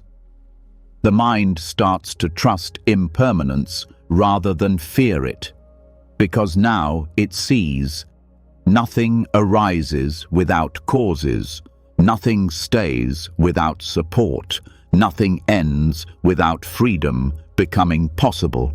Dependent origination is not a belief. It is a description of experience. Every anxious thought has a beginning. Every spiral has a trigger. Every fear has a structure. The practice is to slow down enough to see it, not to avoid the chain, but to meet it with awareness at each step. When you feel discomfort and immediately reach for distraction, dependent origination is unfolding. When you sense judgment rising and notice the urge to defend yourself, the cycle is in motion. When you feel tired and begin to create stories of failure, the pattern is moving. But if you pause, feel, observe, you create a break. That break is the space where suffering ends. This teaching also shifts your view of self. You see that you are not a solid thing moving through time, but a constantly recreating process. You are not the fixed thinker of anxious thoughts. You are the unfolding of conditions, and when the conditions change, the experience changes. This insight softens identity, and that softening reduces fear. Because what fears death the most is the self that believes it is permanent. What fears uncertainty the most is the self that believes it must stay in control. But when self is seen as a process, fear loses its foundation, not because you become numb, but because you become wise. Dependent origination helps you stop blaming yourself for your suffering. It replaces shame with understanding. You see the pattern, not the failure. You see the process, not the flaw. And this shift turns judgment into curiosity. It makes the inner world a place of exploration, not condemnation. This teaching also brings compassion. When you see how suffering forms, you stop taking others' reactions personally. You recognize the same cycle in them. You hear someone speak harshly, and you see the clinging beneath it. You feel someone pull away, and you see the fear of loss driving them. This doesn't excuse harm, but it helps you respond with care rather than resentment. The teaching of dependent origination brings humility. You realize how much of your behavior has been automatic, how much of your reaction has been inherited. And instead of collapsing into guilt, you begin to step into responsibility, the kind that starts with seeing clearly and ends with choosing wisely. You start interrupting the cycle where you can. You feel tension and choose breath instead of distraction. You notice craving and choose presence over grasping. You sense clinging and let the feeling pass without naming it. These moments are small, but they build. Each one weakens the loop. Each one opens the heart. The freedom offered by this teaching is not an idea. It is the direct result of seeing the pattern and stepping out of it, not once, but again and again, until the habit of suffering fades, until the reflex to grasp dissolves, until the fear of experience is replaced by the wisdom of impermanence, and what's left is not emptiness. It's peace. A peace that doesn't depend on everything going right. A peace that arises because you no longer need to run. Because you know how suffering begins, and you know how to let it end. Quietly, gently, one link at a time. When you begin to see how suffering is built, how each reaction feeds the next, how craving becomes clinging and clinging becomes becoming, there's a moment where the mind naturally pauses. You've seen enough of the pattern to know that continuing the cycle is optional. But even when wisdom is present, the body often still carries the momentum of the past. Thoughts may be recognized as empty, but they continue moving. Energy still swirls. Restlessness still vibrates through your chest or spine or shoulders. And no matter how clear your insight, sometimes what the mind understands, the body still needs time to release. This is where walking becomes not just movement, but medicine. In the Thai forest tradition, walking meditation is not a break from stillness. It is a deepening of it. It is a bridge between silence and activity, a place where mindfulness finds its footing. This form of practice takes the awareness cultivated in sitting and weaves it directly into movement, breath, and the world around you. It grounds insight in motion and steadies attention through rhythm. When practiced consistently, it becomes one of the most powerful tools for interrupting obsessive thought and restoring clarity to a cluttered mind. The practice is deceptively simple. You select a straight path, 5 to 10 meters long, natural and unforced. You walk back and forth slowly, with full presence. The eyes rest gently ahead, not focused, but open. The hands come together lightly or rest naturally. The steps are not exaggerated or mechanical. They follow a normal pace, just a little slower than usual. The attention rests on the sensations in the feet, on the feeling of lifting, moving, placing, touching. Each step becomes the object of awareness, not to block thought, but to return from it. The mind will wander.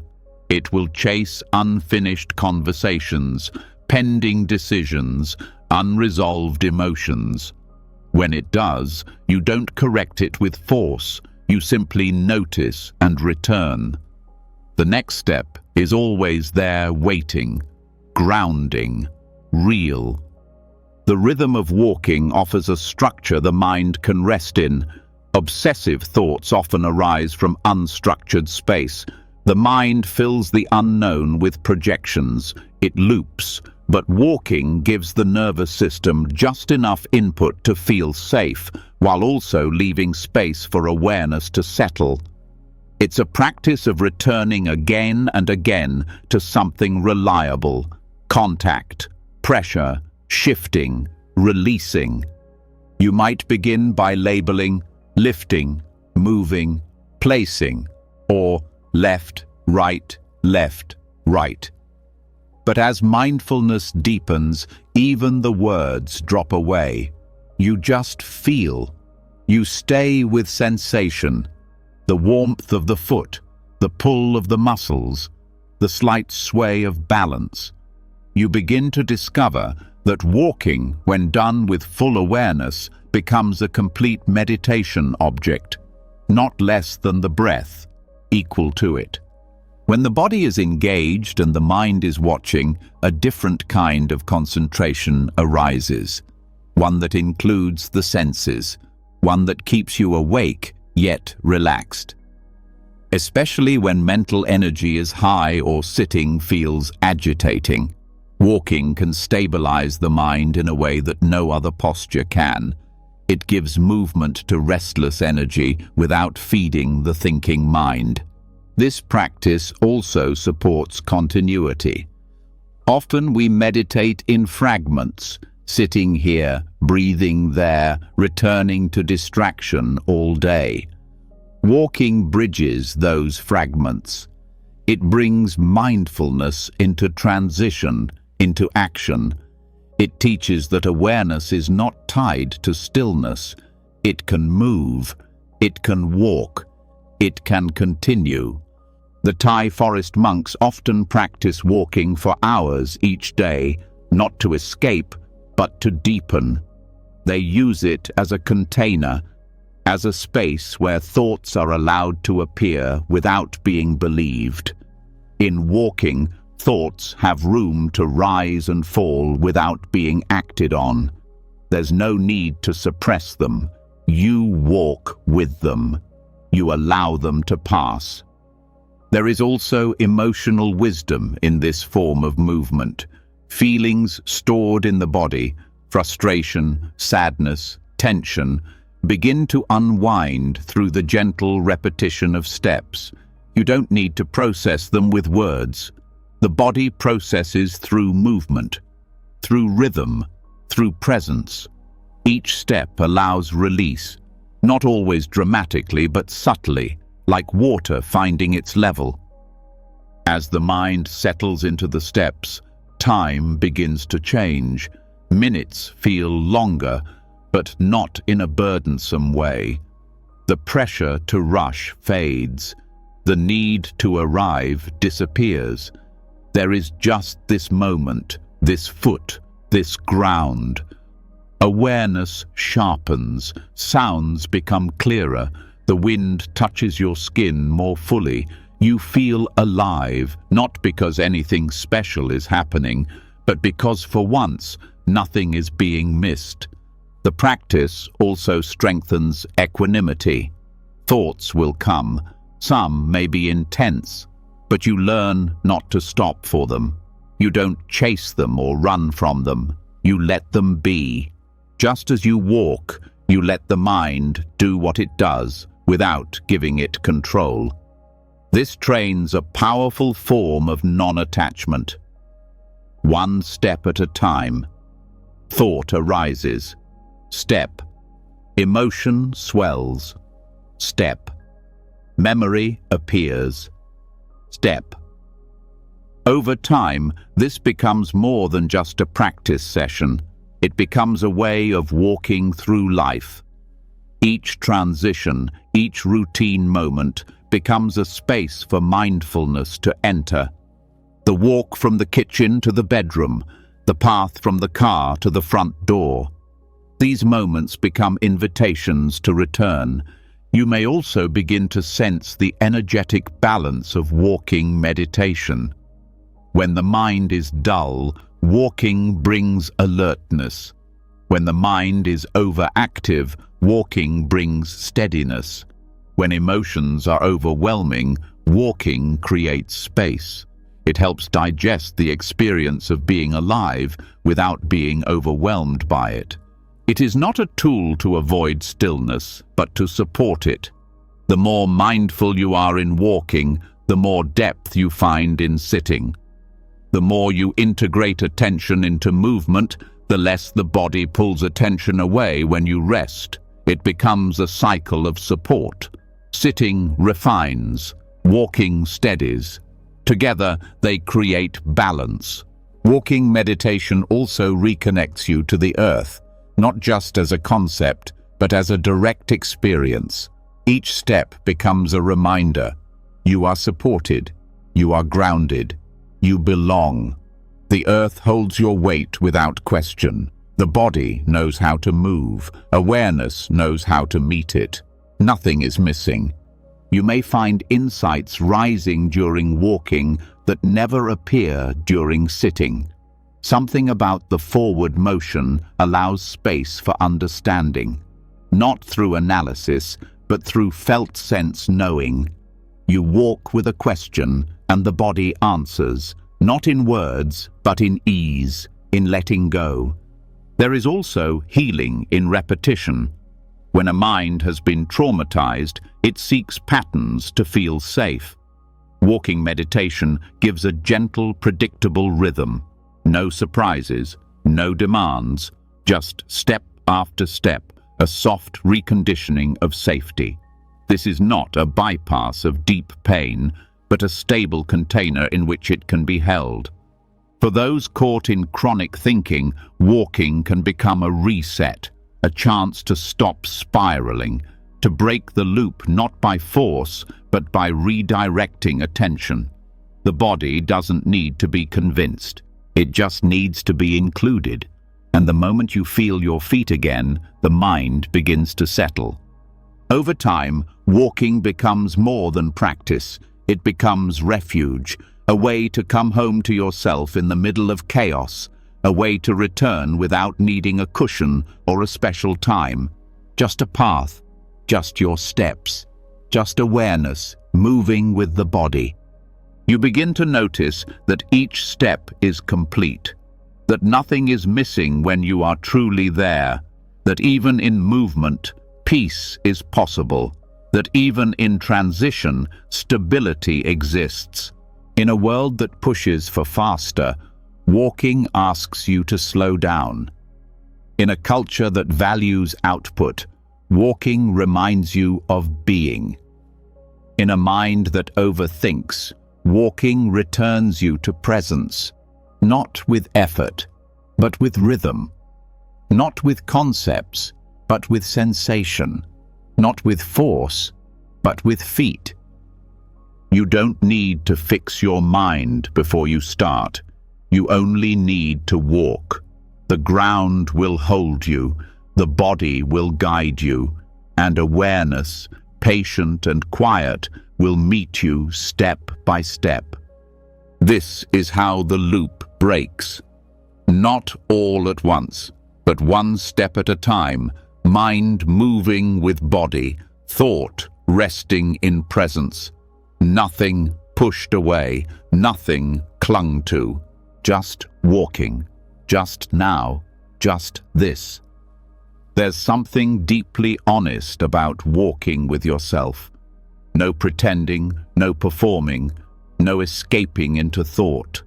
Just the ground, the body, and the return to what is real. And as the steps continue, as thoughts lose their hold, you begin to feel something more primal, more ancient, stirring in the quiet. Not more thinking, but something deeper. Sound, vibration, resonance. Not noise from the outside, but rhythm from within. And this is where another doorway opens. One not through stillness or movement, but through voice, through tone, through chant. A direct and embodied way to calm the nervous system and bring the scattered pieces of mind back into harmony. Buddhist chanting is not a performance. It is not meant to entertain. It is a practice of tuning the body and mind through sound. For centuries, Pali suttas and sacred phrases have been chanted not only for their meaning, but for their effect on consciousness. Repeating the syllables slowly, gently, with full awareness shifts something inside. It bypasses the analytical mind. It works directly on the body's energy, on the breath, on the nervous system. The sounds of ancient languages like Pali or Sanskrit are structured with vibration in mind. When chanted slowly, they create subtle internal movements. The mouth shapes the air. The breath follows the rhythm. The chest opens. The face relaxes. The tone resonates in the head and torso. This isn't abstract. It's physical. Sound becomes a tool for inner balance, a kind of massage for the vagus nerve, a steadying of the heartbeat, a softening of the grip of anxiety. You don't need to understand the meaning of every word for the chant to work. The body understands tone before the mind interprets language, and because chanting slows your breath, it shifts the nervous system out of fight or flight and into rest and digest. You begin to feel more anchored, less scattered. The mind becomes quieter, not because you're silencing it, but because you're giving it something steady to follow. Chanting is not about belief. It's about direct experience. When done with sincerity and presence, it creates a state of coherence. Breath, sound, and awareness begin to move together. This synchronization is what calms the heart and regulates emotional energy. You may start with tension, but after several minutes of steady repetition, the body responds. Shoulders drop, thoughts settle. You return to something deeper than language. Some chants are long, others short. Even one word repeated with mindfulness can shift your state. The repetition brings rhythm. Rhythm builds structure. Structure creates a container where the mind can rest. This is especially useful when thought loops are active. The sound gives the mind something to hold, something to align with, and this alignment begins to undo the confusion created by scattered attention. The chants often begin with refuge, going for shelter in the Buddha, the Dharma, and the Sangha. These are not abstract ideals. They are reminders. The Buddha represents awakening. The Dharma is the path of truth. The Sangha is the community of those walking with sincerity. Saying these aloud brings intention to the surface. It reminds the nervous system that safety is possible, that belonging is real, that clarity can be returned to.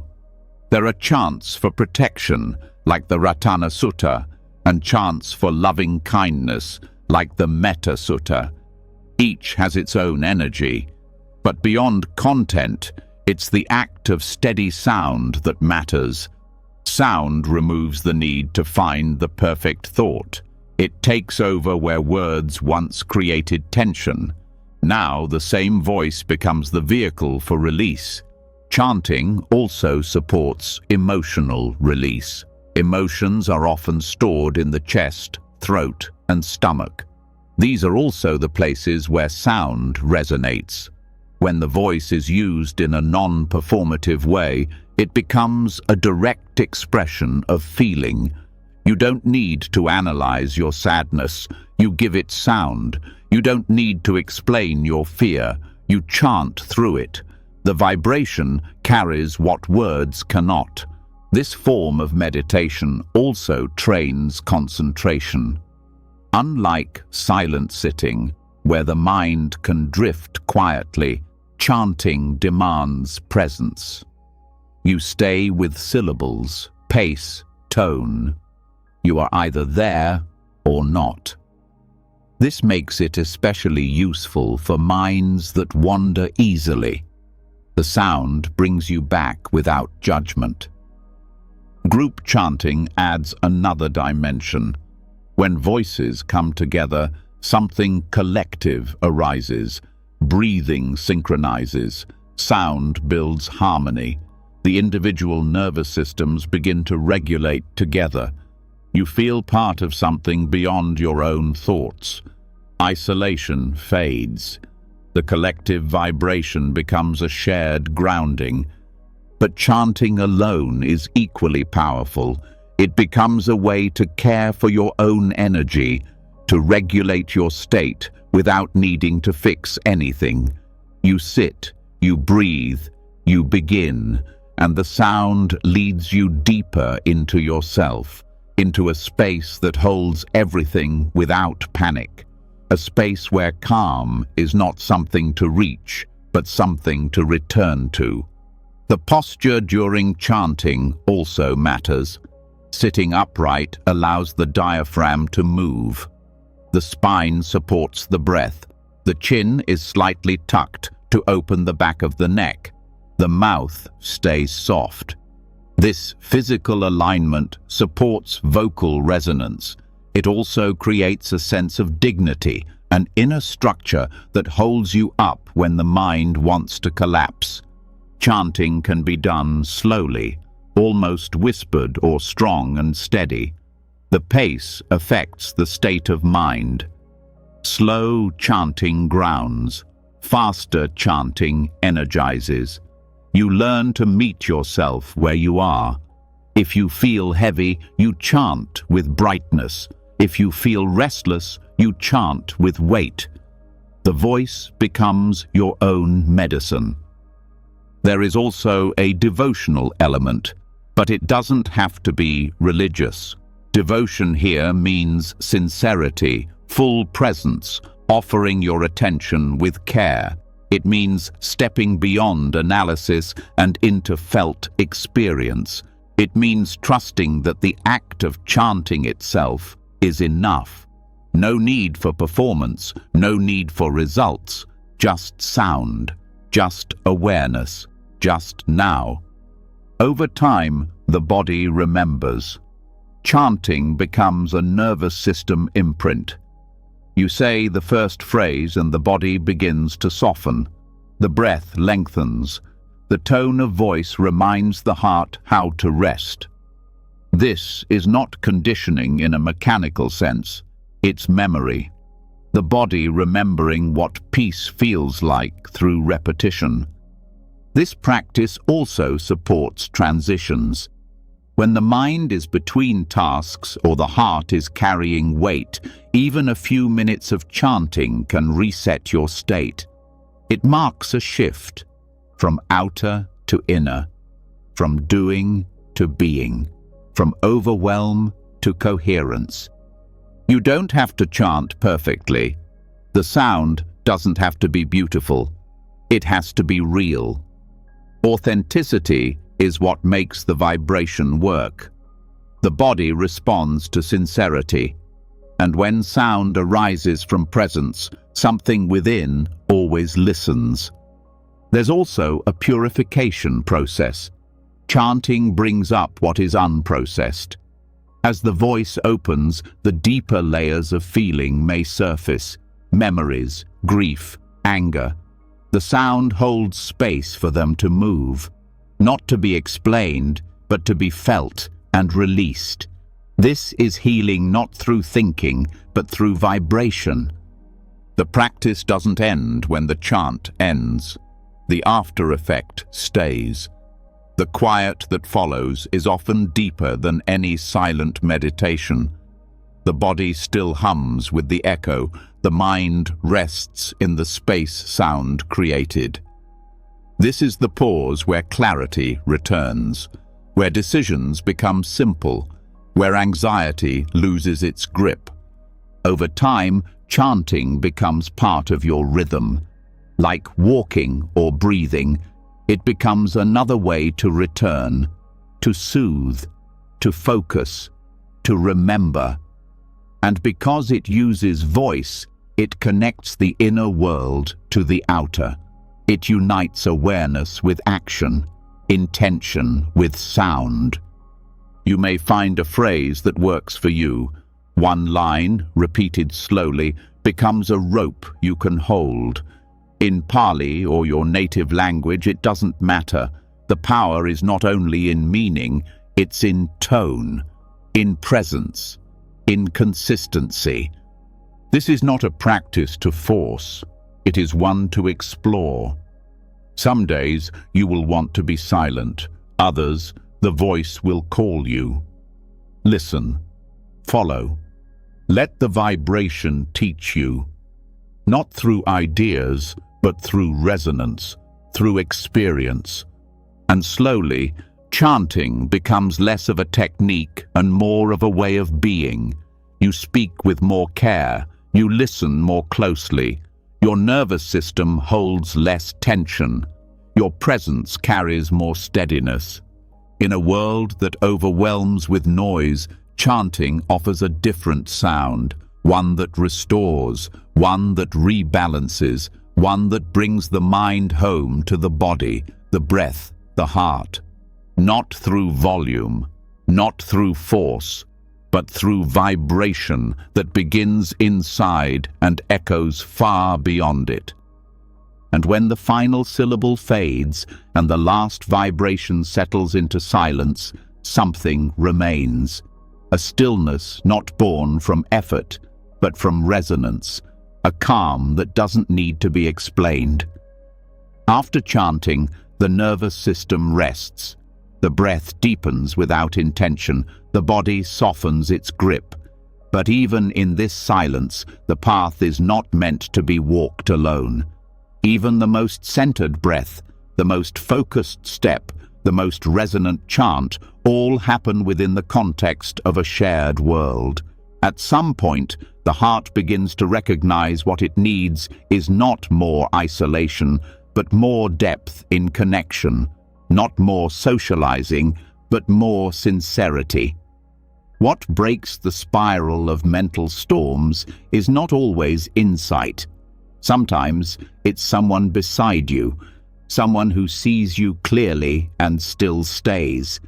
This is the power of noble friendship. In Buddhist teaching, Kalyana Mittata means spiritual friendship or noble companionship. It's not simply being around others. It's not casual comfort or convenience. It is the kind of relationship that supports awakening, a connection that holds truth, a presence that reminds you who you are when you've forgotten. The Buddha placed this kind of friendship at the very heart of the path, not as a support to practice, but as the practice itself. He once said that noble friendship is the whole of the spiritual life. This kind of friendship doesn't mean finding perfect people. It means surrounding yourself with those who reflect your deepest values, who challenge your delusion without judgment, who walk beside you, not ahead or behind. People who help you stay grounded when the mind starts spinning, not by giving advice, but by their way of being. Their steadiness becomes a mirror. Their honesty becomes a guide. Their presence becomes a medicine for disconnection. Mental storms often grow in isolation, not because solitude is dangerous, but because unshared suffering often turns into shame. The mind loops more tightly when it believes it is alone. Anxiety becomes harder to name. Doubt becomes louder. Thoughts grow more convincing. But the presence of a noble friend interrupts that spiral, not with solutions, but with recognition. To be seen clearly and gently is one of the most powerful antidotes to inner turbulence. Noble friendship is built through depth, not speed. It forms slowly over time through shared silence, shared practice, shared truth. It thrives on listening more than speaking, on being honest when it's hard, on holding each other to the path, not through pressure, but through presence. These relationships are not transactional. They are transformational. Such friends don't rescue you from your pain. They help you stay with it. They remind you to breathe when the chest tightens. They don't distract you from discomfort. They sit with you in it. They don't fix your confusion. They reflect back the parts you're ready to see. In their presence, the inner world becomes less threatening. The storm no longer isolates. It becomes shared space, and shared space is easier to hold. This kind of friendship also invites accountability, not the kind that pressures or polices, but the kind that holds a mirror gently. You begin to notice how you show up, how you speak, how you listen. You want to be honest, not for approval, but because sincerity becomes the ground of the connection. You find yourself wanting to stay true, not to impress, but to respect the shared clarity. Noble friendships are not always easy. They will stretch you. They will reflect the places where you cling. They will show you where your patterns repeat. But they do so without agenda, without trying to change you. They trust your process. They walk with you while you change yourself. And that trust becomes freedom.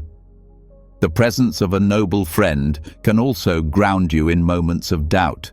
When practice feels stagnant, when the path feels unclear, when fear clouds everything, someone who has walked beside you, who knows your intention, who holds your goodness in view even when you can't see it, becomes the rope that pulls you back. Not through fixing, but through remembering. You hear their words in your own mind. You recall their steadiness, their way of pausing before reacting, of choosing silence over judgment, of staying open when others close. That memory itself becomes guidance. These friendships also help dissolve self-centeredness, not by forcing you to care about others, but by softening the illusion that you are separate. When someone truly sees you, the idea of isolation begins to crack. You start to recognize that your suffering is not unique, that your fears are not strange, that your longing for peace is shared. Compassion begins to move more freely, judgment begins to fall away, and love, not sentiment, but deep care, begins to form. Kalyana Mittata is not only about receiving support, it is about becoming that kind of presence for others, not by pretending to have answers, but by being willing to stay close when things fall apart, by listening without rushing to respond, by holding space that doesn't shrink when truth is spoken. When you become that kind of friend, you deepen your own practice. Your presence becomes part of someone else's path. Your stillness becomes a shelter. Community built on noble friendship doesn't have to be large. Even one or two people walking sincerely with you can change your life. Even short moments of shared clarity can redirect a troubled mind. What matters is not the number, but the quality. The willingness to go below the surface, the courage to show up when it's inconvenient, the patience to stay when discomfort arises. These friendships also help us navigate the parts of the path that are hard to talk about. The doubts we don't want to admit, the habits we're afraid to face, the fears we thought we had overcome but still return. When these are spoken into a space of respect, they lose their weight. When they're received without shock or dismissal, the shame dissolves. You begin to realize that healing doesn't happen alone. It happens in reflection, in resonance, in being met with presence instead of reaction. Noble friends also protect you from extremes. They remind you when you're pushing too hard. They reflect when you're avoiding something. They bring balance, not through criticism, but through perspective. Their steadiness becomes something you lean on, not because you're weak, but because interdependence is strength. No one wakes up alone. No one heals in isolation. The path is walked together, even when the steps are separate. There is also a quiet joy that comes from this kind of friendship. A joy that doesn't need entertainment or escape. A joy rooted in authenticity, in being seen without needing to perform, in holding space for someone else without needing to fix them. This joy becomes a support during difficulty. It reminds you why the path matters. It helps you return when practice feels dry. To cultivate noble friendship, you begin by showing up, by being present in shared spaces with openness, by listening more deeply, by speaking truthfully. You look for those who value what you value, who stay close to integrity, who ask hard questions gently, who listen to your pain without making it about them. You don't force connection, you stay consistent. You show up in silence and in storm. You offer your presence with humility, and slowly trust grows, depth forms, practice deepens, not just yours, theirs too. Noble friendship is mutual. It changes both people. It supports both minds. It creates a field where wisdom can take root. And when anxiety returns, and it will, you won't face it the same way. You'll carry the echo of another's steadiness, the reflection of your own strength seen in someone else's eyes. You'll know you're not walking blind. That someone is walking too, that even when silent, their presence still walks beside you. This is not a luxury on the path, it is the path. To walk with others in truth, to be a mirror for wisdom, to hold space for clarity, to let your nervous system settle not just in solitude, but in relationship, not just in quiet, but in companionship. There may be days where words are few, where contact is brief, but the connection remains. The support doesn't vanish. The memory of shared truth becomes something you carry, a subtle strength, a reminder that your peace is not just your own. It is woven through others, strengthened by others, shared with others. In a world of speed and noise and surface, noble friendship invites you deeper, into stillness, into honesty, into shared presence that doesn't need fixing. It asks nothing but sincerity, and in return, it gives everything that helps you stay. The mind can be loud, the path can feel long, but noble friends shorten the journey. Not by speeding it up, but by making it lighter to carry, by walking beside you step by step as you return to what's real, as you return to yourself. When the right people walk beside you, the path changes.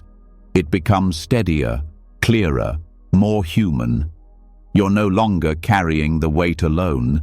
The presence of noble friends becomes a mirror for your strength and a balm for your doubt. But even with this support, even with steady steps and sincere practice, something else can quietly creep in. The pressure to do it all right. The subtle voice that says you should always be calm, always be mindful, always be improving. Spiritual tools that once helped begin to feel heavy.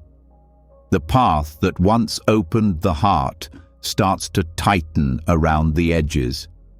This is the moment to remember another teaching. The raft is for crossing, not for carrying. The Buddha told a story. A person comes upon a wide river. The current is strong, the other side is far. So they build a raft, carefully, skillfully. Piece by piece, they tie it together with vines and branches, with all their effort and attention. Then they climb on and paddle across. The raft carries them. It saves their life. But once on the other shore, the question arises, do they carry the raft on their back, or do they leave it behind? The raft is like the practices that brought you here: meditation, chanting, study, discipline. Each of them has purpose. Each of them offers structure, but they are not the destination. They are tools. And there comes a time when holding them too tightly begins to cause stress, when the identity of being a practitioner becomes another mask, when doing it all perfectly becomes more important than actually being free. Letting go of the raft doesn't mean throwing away wisdom. It means recognizing when attachment to the method becomes its own form of suffering, when presence turns into performance, when effort turns into identity. The same mindfulness that teaches you to watch thoughts can also teach you to watch how you relate to practice itself. Sometimes anxiety disguises itself as discipline. The need to check every box, to measure progress, to feel spiritual enough. But this need often comes from the same restlessness the practice was meant to calm. The raft was built to carry you out of the storm, not to weigh you down once the water is calm. It's important to see where striving hides, not in the obvious, but in the subtle. In comparing your path to others, in clinging to rituals without understanding, in expecting each sit to be deep, in feeling shame when the mind wanders. These are signs that the raft has become a burden, that the tool is being mistaken for the goal. Freedom doesn't come from perfect form, it comes from honest presence. If sitting meditation brings tension, then walking may be wiser. If chanting feels like pressure, then silence may be softer. If certain techniques cause guilt, then stepping back may be the most compassionate choice. The path is not rigid. It adapts. It responds. It's alive. Letting go of the raft requires trust, not in the absence of structure, but in the presence of your own awareness. You begin to trust that the understanding lives within you, not just in the forms, that you can meet each moment with the clarity you've trained. That wisdom doesn't need to be constantly proven, it simply needs to be remembered. This letting go is not laziness, it's maturity. It's knowing when effort becomes ego, when the search for peace becomes another form of control. It's the willingness to pause, to rest, to receive, to allow space between practice and performance, between method and meaning. There is also compassion in this release, the kindness to recognize that no technique will erase your humanness. That awakening isn't about escaping flaws, but about holding them without fear. That liberation is not perfection, it's spaciousness. Enough space to be who you are, as you are, without needing to be better first. Some people fear that letting go of structure means losing direction, but the path doesn't disappear when you stop gripping it. It often becomes clearer, because now you're walking with lightness, with trust, with awareness that doesn't demand a result. This also opens up a more intuitive way of living. You start to feel your way through each day, not by habit, but by presence. What practice supports the body today? What reflection calms the mind? What action expresses compassion? This is not abandoning the path. This is walking it with more ease, more honesty, more flexibility. And this shift helps dissolve spiritual pride, the subtle sense that you're more awake, more advanced, more disciplined. When the raft is clung to as identity, it separates, it becomes a badge. But when it's seen as a tool, humility grows. You begin to respect the path without needing to possess it. You also begin to see the same principle elsewhere, that every method, every belief, every role, parent, partner, teacher, seeker, is useful until it isn't. That freedom lies in knowing when to use and when to release, when to act and when to rest, when to speak and when to simply be. Letting go of the raft doesn't mean letting go of practice. It means no longer gripping it with fear, no longer needing it to define you, no longer turning it into another form of achievement. It becomes a choice, not an obligation, a resource, not a demand, a support, not a prison. You may find that some tools return in new ways. That breath awareness deepens without structure. That chanting arises naturally in moments of stillness. That silence becomes more nourishing when not scheduled. This is the flowering of understanding, when the essence of practice moves freely through your life without needing a fixed form. And sometimes the raft needs to be picked up again. That's okay. There will be other rivers, other storms. Letting go now doesn't mean never returning. It means trusting that you'll know when to hold and when to release, that the tools will be there when needed, that your awareness will know how to meet the moment. This is also where joy often returns. When the weight of expectation falls away, the lightness of presence rises. You stop measuring your path and start living it. You stop striving to feel peaceful and simply rest in what's already here. You let go, not out of rejection, but out of wisdom. and what remains is clarity, stillness, space.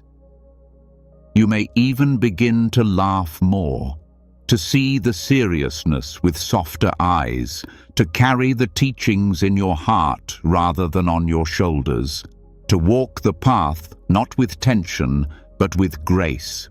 Because the purpose of the raft was never to be carried forever, it was to bring you here, to the place where you remember you've always been enough, where nothing more needs to be added, where the tools have done their work.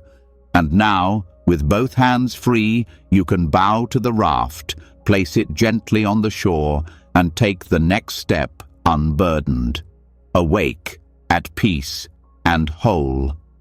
There's something powerful about releasing what once held you. The raft, once necessary, is honored and left behind, not in rejection, but in understanding that tools are only tools. Practice is not the goal. Peace is not built through clinging. You step forward, lighter, freer, more attuned to the space where presence is enough. But even here, even after release, the mind can shift into something else, seeking. Not seeking objects or approval, but seeking a better moment, a better version of now. Something just slightly beyond what's already here. And this is where another layer of suffering hides. The endless loop of next. This is the movement of samsara, not just in lifetimes, but in thought. A loop that says this isn't it. A current of dissatisfaction that quietly fuels craving, one hope after another. It shows up in subtle ways. Maybe you meditate and feel calm, and then wish for it to last longer. Maybe you feel a glimpse of clarity and immediately want more. Maybe even peace itself becomes something to chase. The seeking never really ends. It just takes different shapes. This is the heart of samsara, not a place, but a pattern. The belief that fulfillment is always one step away, that the next teaching, the next retreat, the next insight will finally make things whole. But no matter how much you find, the sense of grasping remains. The mind shifts the target as soon as the moment arrives. This is not failure. It's a built-in habit of mind conditioned by fear and hope. Fear of what is, and hope for what might be instead.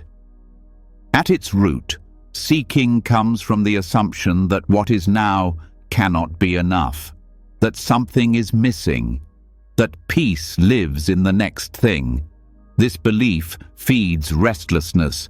It keeps the nervous system activated. It places pressure on every experience to deliver something more. Even the present moment becomes a task, something to improve, fix, upgrade. This is the hidden anxiety of becoming. It's not always dramatic. Sometimes it looks like planning.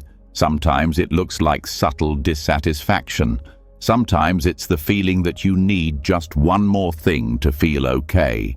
Not just more money or comfort, but more understanding, more spiritual depth, more clarity. It's the belief that the life you're living is always just behind schedule. The trap is not that you want something better, it's that you believe better is elsewhere. That truth lives in the future, that now is only a stepping stone. When this belief is active, peace becomes conditional, and anxiety becomes the background noise of the mind. A quiet buzzing that says, not yet, not quite, almost. Samsara isn't just the suffering of pain. It's the suffering of never arriving. The constant inner posture of leaning forward, of resisting presence by reaching for the next moment. It can happen in small ways, scrolling through your phone for no reason, or big ways, leaving something good in search of something perfect. Either way, the result is the same: disconnection from the only place life actually happens.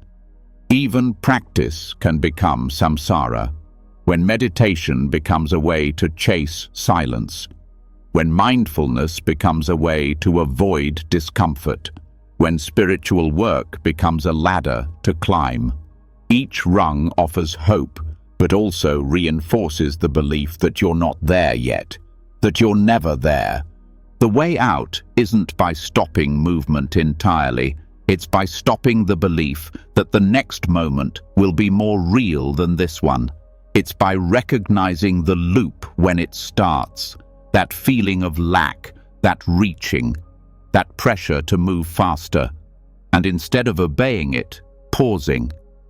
In that pause, you learn to feel what's already here. Not what should be, but what is. Maybe it's calm, maybe it's confusion, maybe it's nothing special. The point isn't to fix it. It's to stop running from it. To stop treating now as a problem to solve. When you stay still long enough, the seeking impulse becomes clear. It rises like a wave. It tightens the chest. It fills the head with urgency. You want to check something, learn something, escape something. This is the engine of samsara showing itself. But if you breathe, if you stay, if you don't act on it, the wave passes, and something else is felt. Stillness, simplicity, enoughness. You may notice how often this seeking is tied to identity. The mind says, "I'm someone who should be more evolved by now," or "I'm someone who needs to understand everything." The identity fuels the motion, but when identity is relaxed, the pressure softens. There's no one to improve, only awareness meeting itself. This doesn't mean stopping growth. It means changing your relationship to it. Growth is natural. Seeking is often reaction. Growth comes from curiosity. Seeking comes from fear. Growth trusts process. Seeking demands arrival. One nourishes, the other depletes. You also begin to notice how seeking creates comparison. When you believe someone else is further along, you feel behind. When you think you've reached something others haven't, you feel ahead. Both states disconnect you. They reinforce the belief that awakening is somewhere on a timeline and you have to find your place. But presence doesn't exist in time. It exists in experience. Even in daily life, the seeking pattern plays out. You drink tea and think about the next task. You walk and think about the destination. You finish one book and immediately order another. The rhythm of reaching becomes so normal, it feels invisible. But it's not neutral. It costs peace. It feeds anxiety. Interrupting the loop starts with awareness, catching the feeling of dissatisfaction just as it begins, noticing the moment you stop experiencing and start scanning for what's next, noticing the moment joy fades because the mind wants more, noticing the moment rest becomes guilt. These are the micro movements of samsara, the places where inner peace drains without your consent. To stop the cycle, you don't need to fight it. You need to feel it, to stay when the discomfort of stillness arises, to breathe when nothing is happening, to trust that this ordinary, imperfect moment is not lacking anything, that it doesn't need to become anything else to be enough. This is not settling. This is awakening to sufficiency. It's seeing that presence is not a state to chase, but a return to what's never left. It's the radical act of choosing to be here, not for a reward, but because here is what's real. It also means forgiving the moments you forget. You will seek again, The mind will hope again. You will lean forward into the future. That's okay. But each time you see it, each time you pause, each time you return, you weaken the loop. You begin to feel that peace isn't found at the end of the path, but in the way you walk it. Eventually, the seeking mind begins to slow on its own, not because you've reached everything, but because you've stopped needing to. You start to enjoy what's already unfolding. You listen more deeply, you taste more fully, you rest more willingly. And in that rest, the fear begins to fade. The fear that you'll miss something, that you'll never be whole, that you have to keep chasing or fall behind. You realize there is nowhere to arrive, no final version of you that solves everything, just presence, just breath, just this. The trap of next is a subtle one, but once seen, it begins to dissolve, not through effort, but through awareness, through the quiet understanding that striving doesn't end suffering. It often sustains it. You begin to walk differently, not trying to get somewhere, but expressing the path in each step. You sit not to become still, but because you already are. You listen not to gain insight, but because the moment deserves your full attention. And slowly, the restlessness that once felt so normal loses its pull. You don't need to rush. You don't need to prove. You don't need to upgrade this moment. Because there's no better place to be than here. No better version of you to wait for. No future that contains more life than this one. When that truth is felt, not just believed but lived, the loop unwinds, and what remains is peace. Not because everything is resolved, but because you are no longer running. You have returned to now, and now is already whole. Once the habit of chasing dissolves, once the mind stops leaning into future fantasies and begins to rest in what's already here, something quieter begins to reveal itself. The space around experience becomes wider.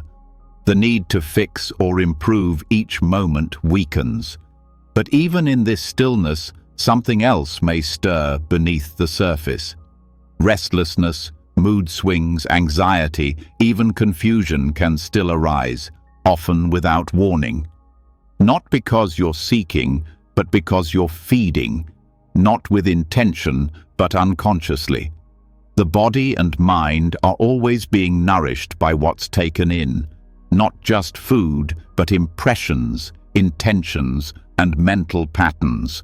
This is where the teaching on the four nutriments becomes essential, not as a metaphor, but as a precise understanding of how suffering is sustained. The Buddha described 4 types of nutriment, 4 sources of energy that keep the stream of life, consciousness, and mind-body processes flowing. They don't just shape the body, they shape emotion, perception, reactivity, and clarity. Each of them feeds or weakens anxiety depending on how we relate to them. Most people focus only on one type, physical food, but there are 3 others, equally powerful, often ignored. Together, they form the architecture of your inner life. The first is edible food. It's the most visible. What you eat directly affects your energy, your focus, and your emotional tone. Food impacts blood sugar, inflammation, hormone levels, all of which influence your baseline mood. If the body is in distress, the mind becomes less stable. When meals are irregular, rushed, or overly stimulating, the nervous system often moves into a low-level stress response. This sets the stage for anxiety, not as a reaction to thought, but as a physiological background. Eating with mindfulness changes this. The act of slowing down, chewing fully, and paying attention allows digestion to activate more fully. It also sends signals of safety to the body. Regular meals, balanced nutrition, and calm environments during eating are not luxury. They're a form of practice, not about perfection, but about attunement. You begin to sense what the body actually needs, rather than eating from habit or emotion. When the body is nourished properly, the mind has a steadier foundation. The second nutriment is sense impressions. This includes everything taken in through the eyes, ears, nose, tongue, body, and mind. Every sound, image, touch, and idea becomes part of what shapes your inner state. In a world saturated with input, the nervous system often becomes overwhelmed without realizing it.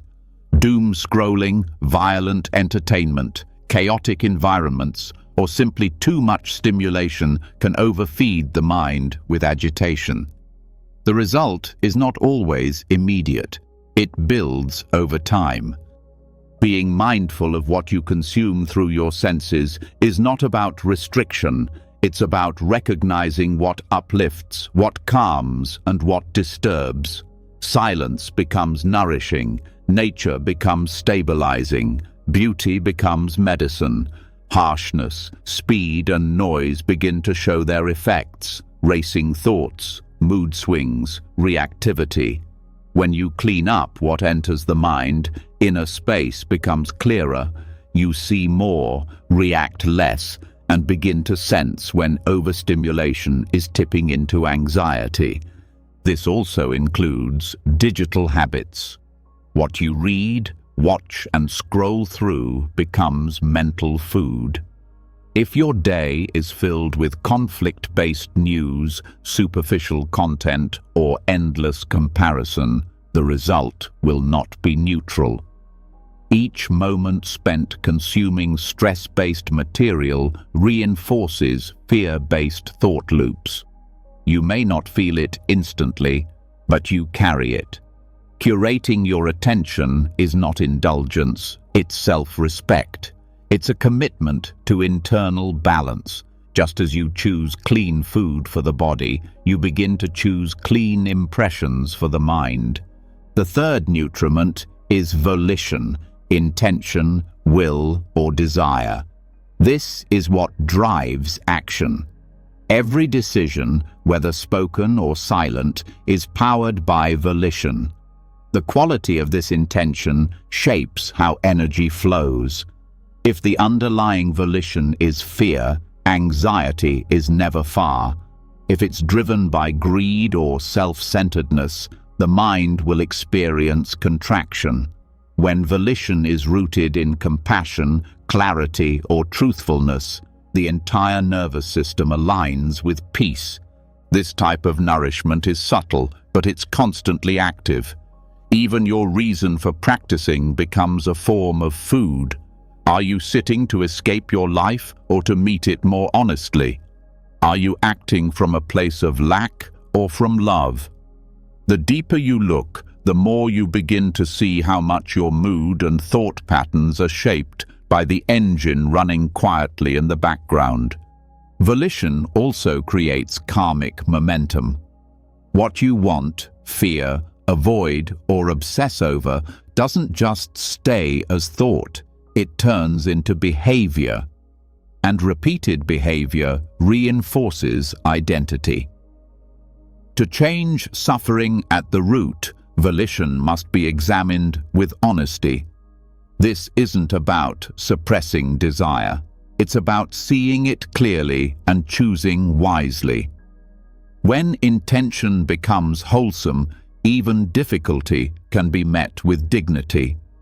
You begin to ask, what am I really trying to achieve in this moment? What's underneath my action? Is this about control or care? Is this reaction or wisdom? Each moment of clarity weakens the pull of reactive patterns, Over time, volition becomes less compulsive and more aligned. The anxiety created by misdirected energy slowly quiets. The fourth nutriment is consciousness itself. This is the field in which experience arises. Consciousness is not fixed. It changes based on what it contacts. What you pay attention to grows stronger. What you rehearse becomes familiar. If your awareness constantly orbits around fear, it builds neural pathways and emotional habits to match. The mind begins to expect threat, even in safety. The result is chronic tension, even when life is stable. You are always shaping consciousness through what you dwell on, through your internal narratives, judgments, and habits of perception. A mind trained on lack will keep finding deficiency. A mind trained on impermanence will find freedom even in loss. Consciousness is conditioned, but also conditionable. You don't have to be a victim of its tendencies. You can choose where to place attention, not as suppression, but as wisdom, redirecting toward presence, toward appreciation, toward clarity. This is why mindfulness is so transformative. It gives you the power to choose your object of awareness, and that choice is what feeds the next moment of mind. Instead of being swept away by reaction, you begin to live intentionally. Each moment becomes a chance to direct energy toward liberation rather than entanglement. Understanding the four nutriments gives you a clear map. You begin to see that anxiety is not random. It is not purely mental. It is often the natural result of what's being consumed, moment by moment. Nourishment is not only what goes in, it's what stays, what's repeated, what becomes familiar. To change your mental state, you begin by changing what you feed. This awareness creates a new kind of responsibility, not guilt, but maturity. You begin to recognize that what you allow into your space, through the body, the mind, the senses, shapes your experience. This is empowering. It returns agency. You can't control every input, but you can shape your environment. You can say no to what depletes and yes to what restores. It also teaches balance. You stop being passive in your relationship with the world. You notice what leaves you drained. You honor what leaves you nourished. You take breaks from screens, from noise, from people who deplete you. Not to escape, but to reset, to return to yourself. You stop treating calm as accidental. You start making space for it deliberately. Over time, this awareness becomes embodied. You don't need to think through every choice. The body begins to guide you. You feel when something is too much, when input has overloaded the system, when you need silence, or nature, or breath. You learn to trust these signals. They are not weakness, they are wisdom. Even in relationships, this teaching applies. Some conversations nourish, others agitate. Some dynamics lift you into clarity, others pull you into confusion. You don't avoid life, but you learn where to place your energy. You become less reactive, more intentional. You begin to cultivate environments, external and internal, that reflect your deepest values. What you feed, you strengthen. This is not just a lesson, it's a law. If you feed agitation with distraction, it grows.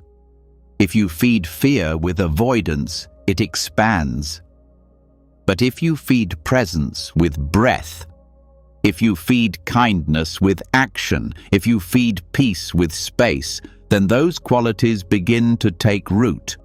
Nourishment becomes your practice, not just what you do on the cushion, but how you live, how you eat, listen, speak, move, how you choose silence, how you select your input, how you relate to craving, how you stay present. Not to chase perfection, but to care, to live in a way that supports clarity rather than confusion. This is not about controlling everything. It's about being awake to what enters your system.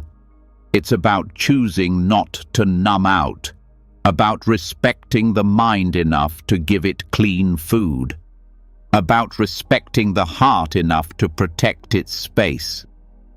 You stop asking why anxiety keeps returning. You start asking, what have I been feeding it? And then, gently, without judgment, you change the meal. You offer presence, simplicity, breath, stillness. You give the mind space. You give the body rest. You give the nervous system what it really needs, not more input, not more seeking, just less disturbance, just more space. And in that space, you begin to heal, not through control, but through care, moment by moment, thought by thought, choice by choice. This is how suffering weakens, not through fighting it, but through starving it of what keeps it alive, and feeding instead what leads you home. Once you begin to see clearly what you're feeding, the whole rhythm of your inner world changes. You stop fueling fear with stimulation. You stop reinforcing confusion with unconscious habits. The mind becomes quieter, not because it was forced, but because you stopped giving it what keeps it spinning. You learn to nourish peace instead of pressure. But even when the mind settles, even when rest is finally possible, something else can quietly sneak back in, a subtle, tight loop that wraps around awareness itself. It's not the original fear, but a reaction to that fear, a second wave that brings judgment, shame, and tension. And often, without even knowing it, you're no longer afraid of the world. You're afraid of how you feel. This is what's sometimes called the third arrow. The Buddha once described how suffering arises not just from pain, but from the reaction to pain. The first arrow is the initial pain or discomfort. Something painful happens. The second arrow is the mind's reaction, anger, resistance, blame. But many never realize that there's a third arrow that's often even more destructive. It's the fear of your own fear, the anxiety about your anxiety, the shame about your reaction, the loop that turns one moment of discomfort into hours of inner turmoil. The third arrow is subtle because it doesn't feel like another event. It feels like who you are. When anxiety arises, the third arrow says, "Why are you like this again?" When sadness appears, it whispers, "This shouldn't be happening anymore." The mind becomes the judge, the critic, the commentator. It layers over the original experience with a sense of failure.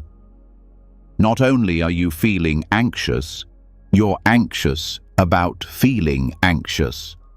Not only are you overwhelmed, you're overwhelmed about being overwhelmed. This meta layer creates a cycle that feeds itself.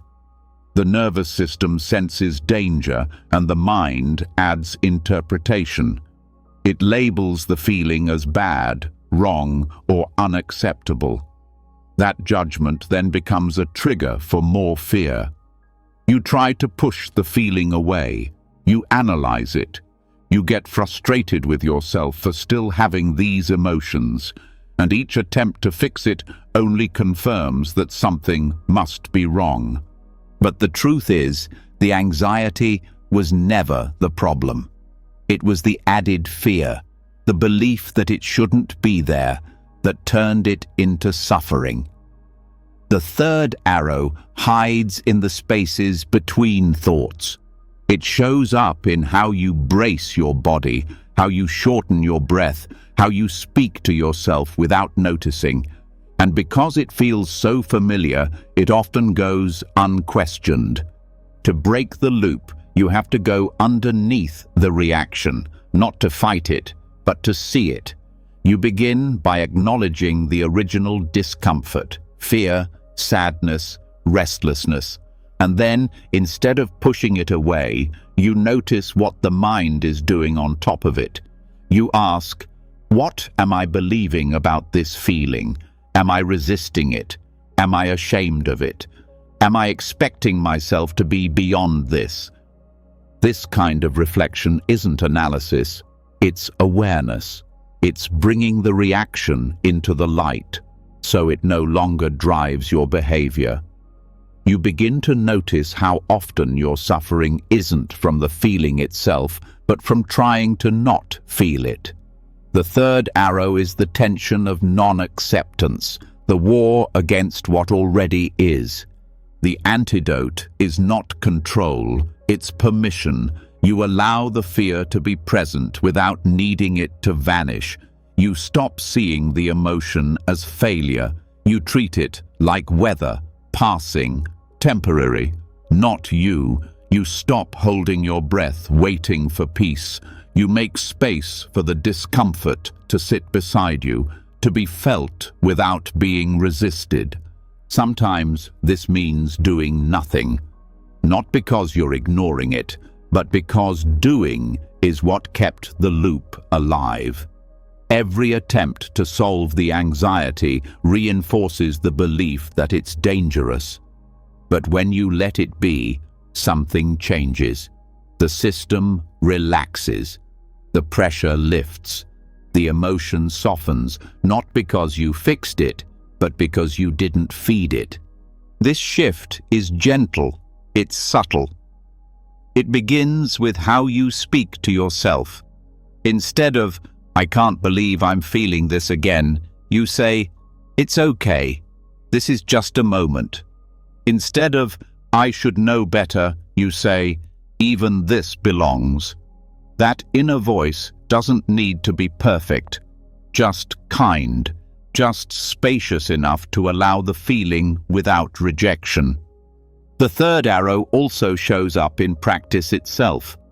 You sit down to meditate and feel anxious and immediately think, "I'm doing this wrong." You hear silence, then hear your thoughts and assume you're failing. But those judgments are the third arrow. They are not the truth. They are habits. When you learn to recognize them, you disarm them. You remember that the purpose of practice is not to eliminate discomfort. It's to be with it wisely.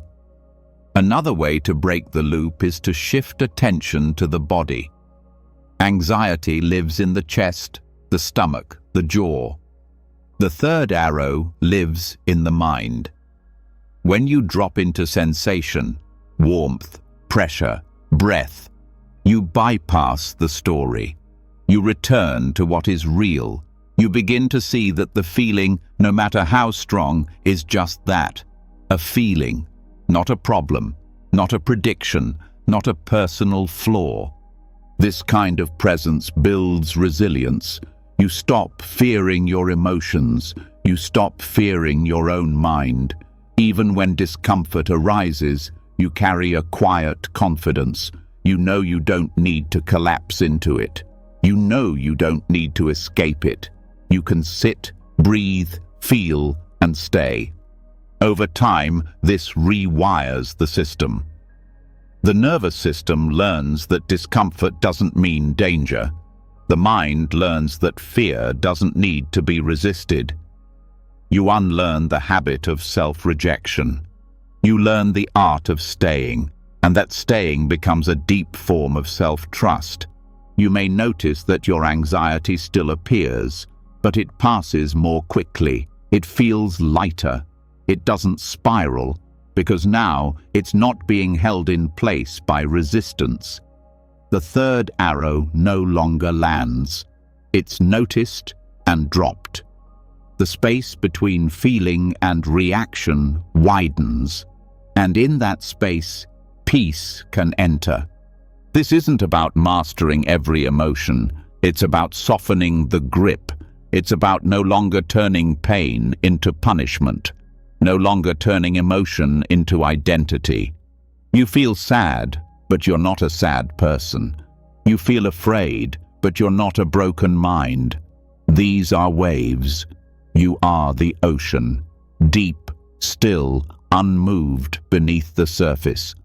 Self-compassion plays a key role here, not as a technique, but as a way of being. You begin to treat your own struggle the way you'd treat a friend's, with care, not criticism, with presence, not pressure. You stop asking, "Why am I like this?" and begin asking, "What does this part of me need right now?" Often the answer is simple: breath, warmth, quiet, space. You also begin to recognize how the third arrow isolates. It makes you feel like no one else goes through this, like your anxiety is unique, but it isn't. Everyone feels fear, everyone loops in thought, everyone forgets their own wisdom. When you remember that, the shame dissolves. You begin to feel connected again, not through perfection, but through shared humanness. Practice becomes lighter too. You stop meditating to get rid of anxiety. You meditate to know it, to befriend it, to make space for the whole range of being. And in that space, something changes, not always immediately, but deeply. The parts of you that once felt unlovable begin to rest. They stop fighting. They begin to trust. This is the heart of dismantling the third arrow. It's not about finding peace by avoiding discomfort. It's about remembering that peace is what allows discomfort to be there without collapsing. It's about remembering that your nervous system doesn't need perfection. It needs presence. That your mind doesn't need to be quiet. It needs to be understood. And slowly, the need to fear your fear fades. The pressure to feel only good things weakens. You begin to trust the flow of your own experience, not because you've figured it out, but because you've stopped turning against it. That's what healing looks like. Not the absence of difficult moments, but the absence of self-attack in their presence. You stand where you once ran. You breathe where you once panicked. You stay soft where you once fought. And in that softness, something beautiful happens. The arrows fall, not because there are no more challenges, but because you've stopped shooting yourself. Because you've remembered that you don't need to be free from pain to be free within it. Because you've discovered that even anxiety, when met with love, loses its power. And that is peace, not the absence of feeling, but the presence of kindness in every feeling that comes. When the third arrow is no longer drawn, when the mind stops turning against itself in fear of fear, a quiet space opens. Not the kind created by pushing everything away, but the kind that remains when resistance falls. That space doesn't always feel extraordinary. It can feel soft, unremarkable, almost empty.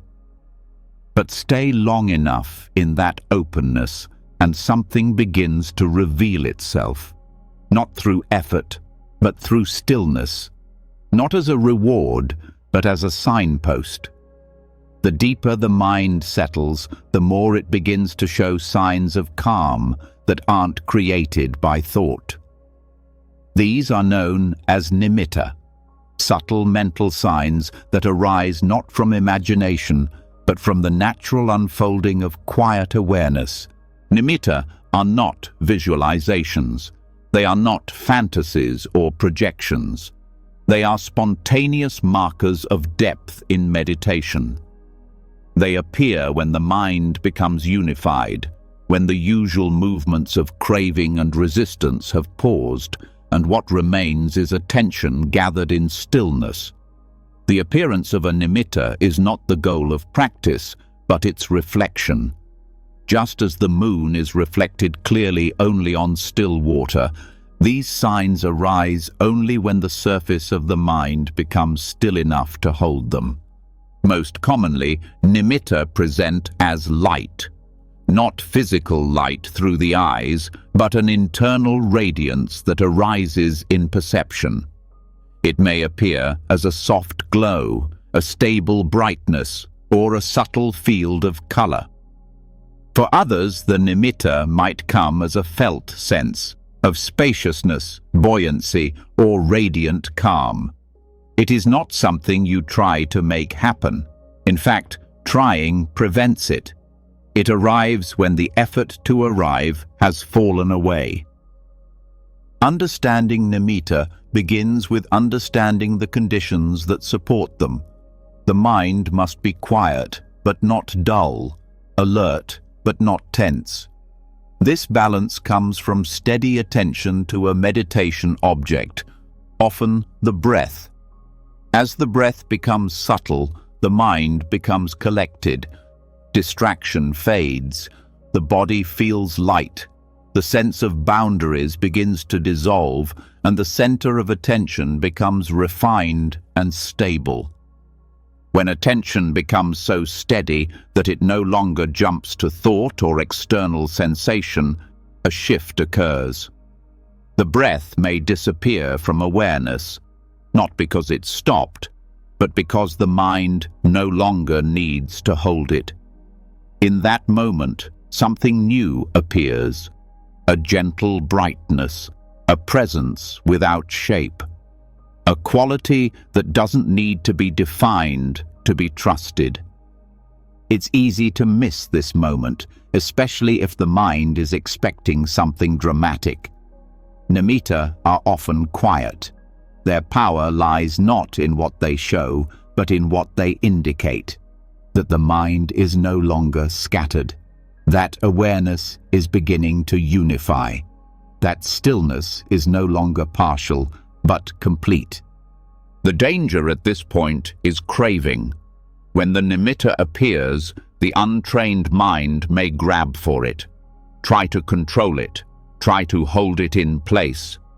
This grasping instantly disrupts the stillness that allowed it to arise.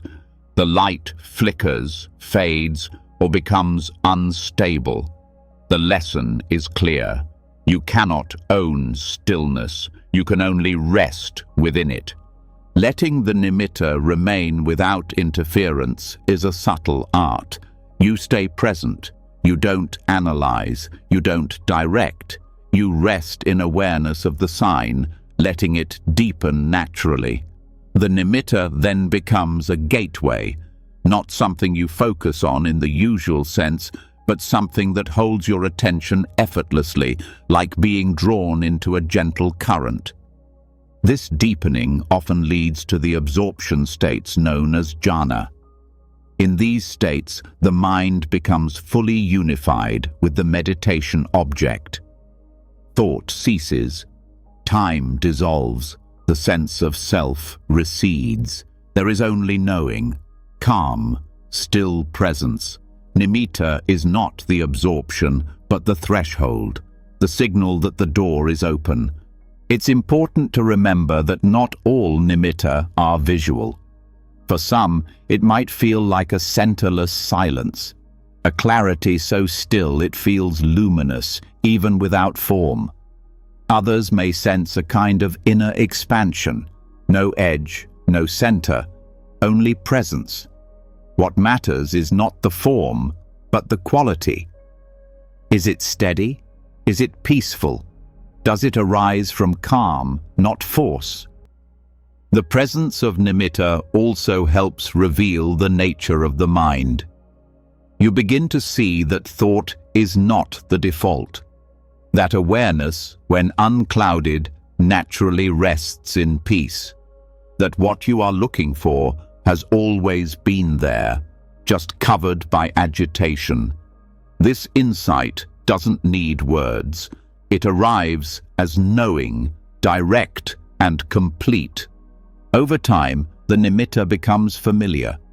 Not something you chase, but something you trust. Its arising confirms that the conditions for stillness have matured. It becomes a guide, not something to cling to, but something to recognize as the mind's way of saying, "I'm here, I'm steady, let me deepen." This stage of practice requires patience. The mind may fluctuate. Some days the nimitta appears, other days it doesn't. You learn not to judge, not to compare. You return to the basics: posture, breath, attitude.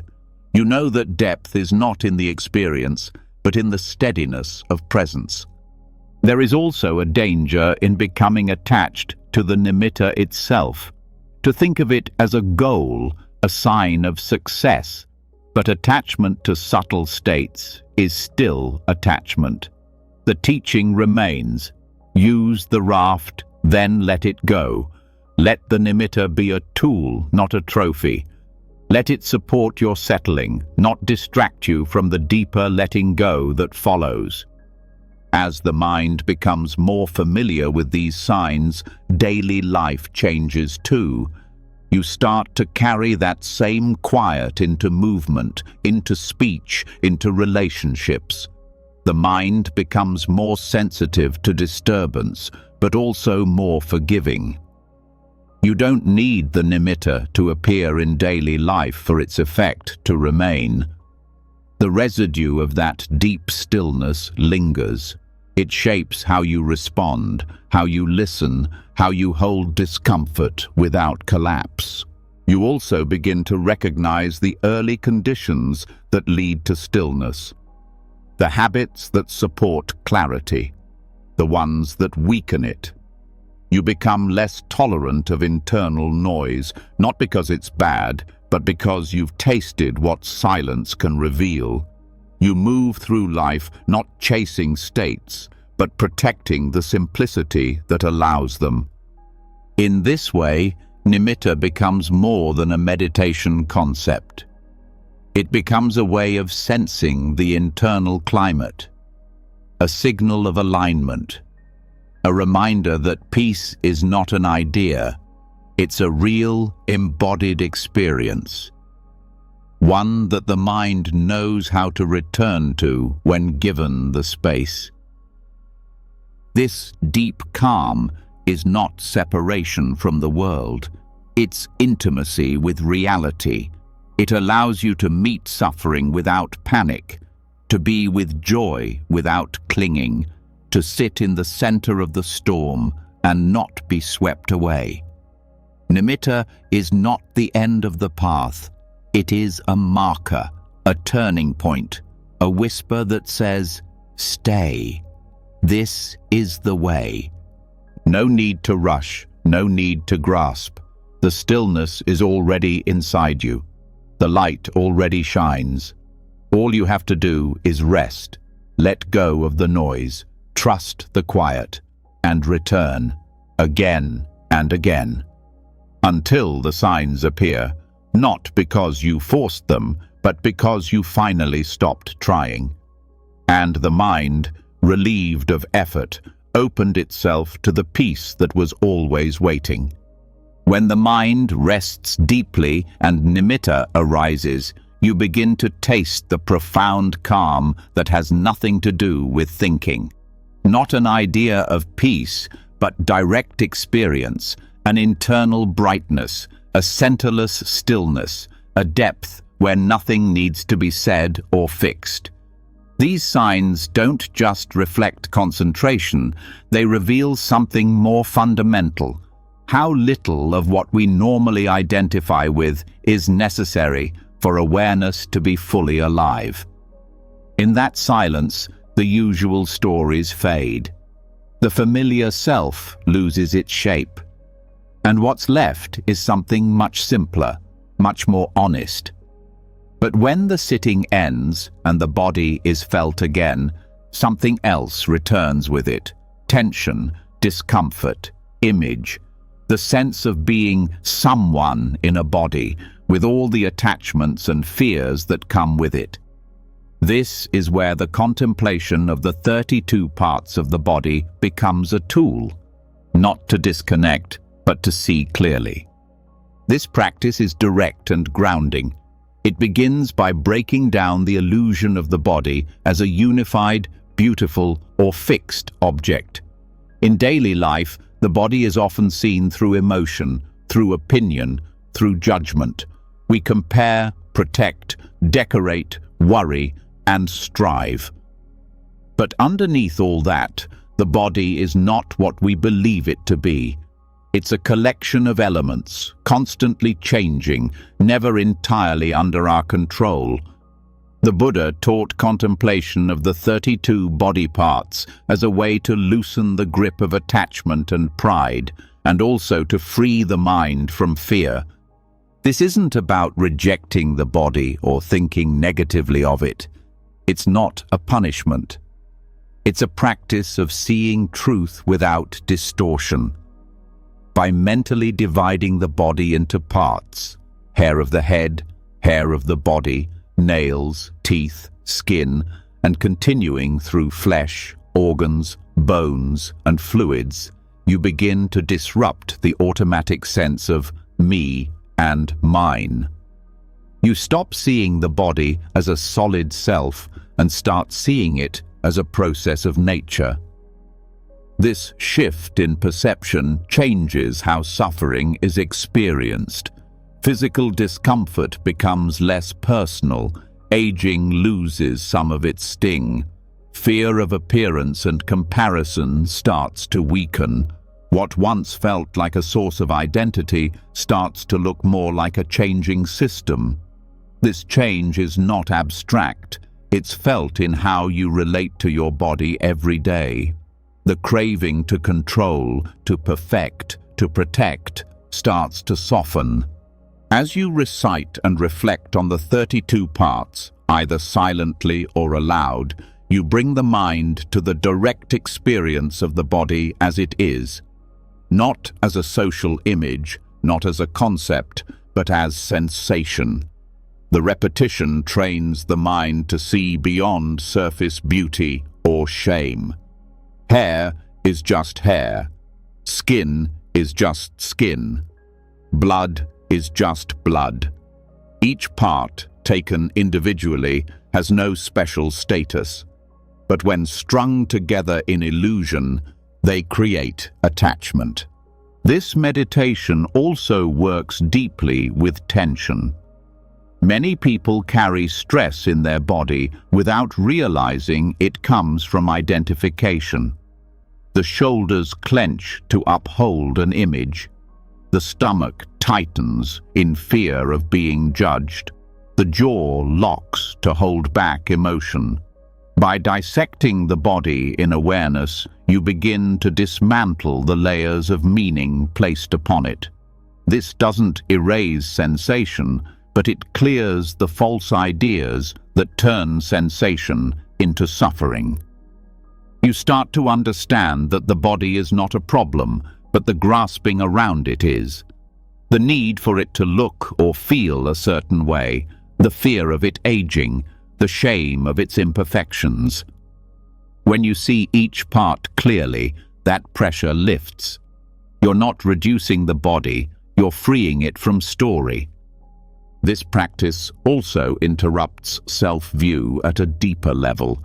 It's easy to say, "I'm not my body," but still carry that belief unconsciously. The 32 parts contemplation helps reveal how deep the identification goes. It shows how quickly the mind contracts around a single sensation and calls it me. How easily appearance becomes identity, how pain becomes personal, and how fragile that sense of self really is. By returning again and again to the list, the mind is trained to see with balance. The parts of the body are not rejected, but put in perspective. No single part carries the burden of beauty or failure. They all arise from conditions. They all change. They all return to the earth. This reflection becomes especially powerful when practiced during sitting or lying down, where the body is still. You mentally scan each part, visualizing, sensing, naming. The practice can be slow, with attention lingering on each item, or rhythmic, like a chant. Either way, the goal is not intellectual understanding, but direct perception, feeling the truth of impermanence, of non-self, of the body as nature. Over time, a quiet respect arises, not the kind based on admiration, but on truth. You care for the body not out of vanity, but out of clarity. You feed it, clean it, rest it, because it is a vehicle, not an identity. And that shift makes daily life lighter. There's less pressure to be seen a certain way, less fear when illness comes, less despair when youth fades. Because now you know what this body truly is, a temporary arrangement of elements. The contemplation also protects the mind from extremes. When the mind clings too much to pleasure, the practice brings balance. When the mind falls into disgust or aversion, the same contemplation restores equanimity. It reminds you that the body is neither to be worshipped nor rejected. It is to be understood, and through understanding, peace is possible. This practice also brings humility. You realize that every body, yours, others, all beings, is subject to the same truth. That behind appearance is the same structure. That pain and aging and death are not personal tragedies, but universal conditions. Compassion grows from this. You begin to soften your judgments of others, to look past the surface, to connect more deeply. You may also notice a new kind of freedom in sensation. Sensations no longer control your mood. Pleasure is enjoyed, but not chased. Discomfort is noted, but not exaggerated. The body becomes less of a battleground and more of a field for mindfulness, a place where impermanence can be seen clearly and met with wisdom. This clarity can extend into everyday choices. What you eat, how you move, how you speak about your body, all of it begins to reflect a quieter mind. Not because you're trying to be different, but because your relationship to form has changed. You no longer serve the image, you serve awareness. The 32 parts contemplation also deepens insight into the elements. You begin to feel the body not as flesh and skin, but as earth, water, fire, and air, solidity, fluidity, warmth, movement. These elements don't belong to anyone. They arise and pass, form and dissolve. Seeing this changes how fear is experienced. Fear of injury, loss, change, it all begins to loosen, because the body is no longer seen as permanent or personal. Practicing this reflection with consistency rewires the inner lens. The mind that once narrowed around physical identity now opens into space. You stop seeing your reflection as a verdict. You stop reacting to every sensation as a crisis. You start living from a place that is deeper than appearance, deeper than physical form. This doesn't mean detaching from the body in a cold or indifferent way. It means meeting the body with reality. And in that meeting, there's room for care, rest, appreciation, but without obsession, without pressure, without fear. The more this insight matures, the more you feel its ripple in emotional life too. Reactions lose some of their urgency. Desires don't burn so hot.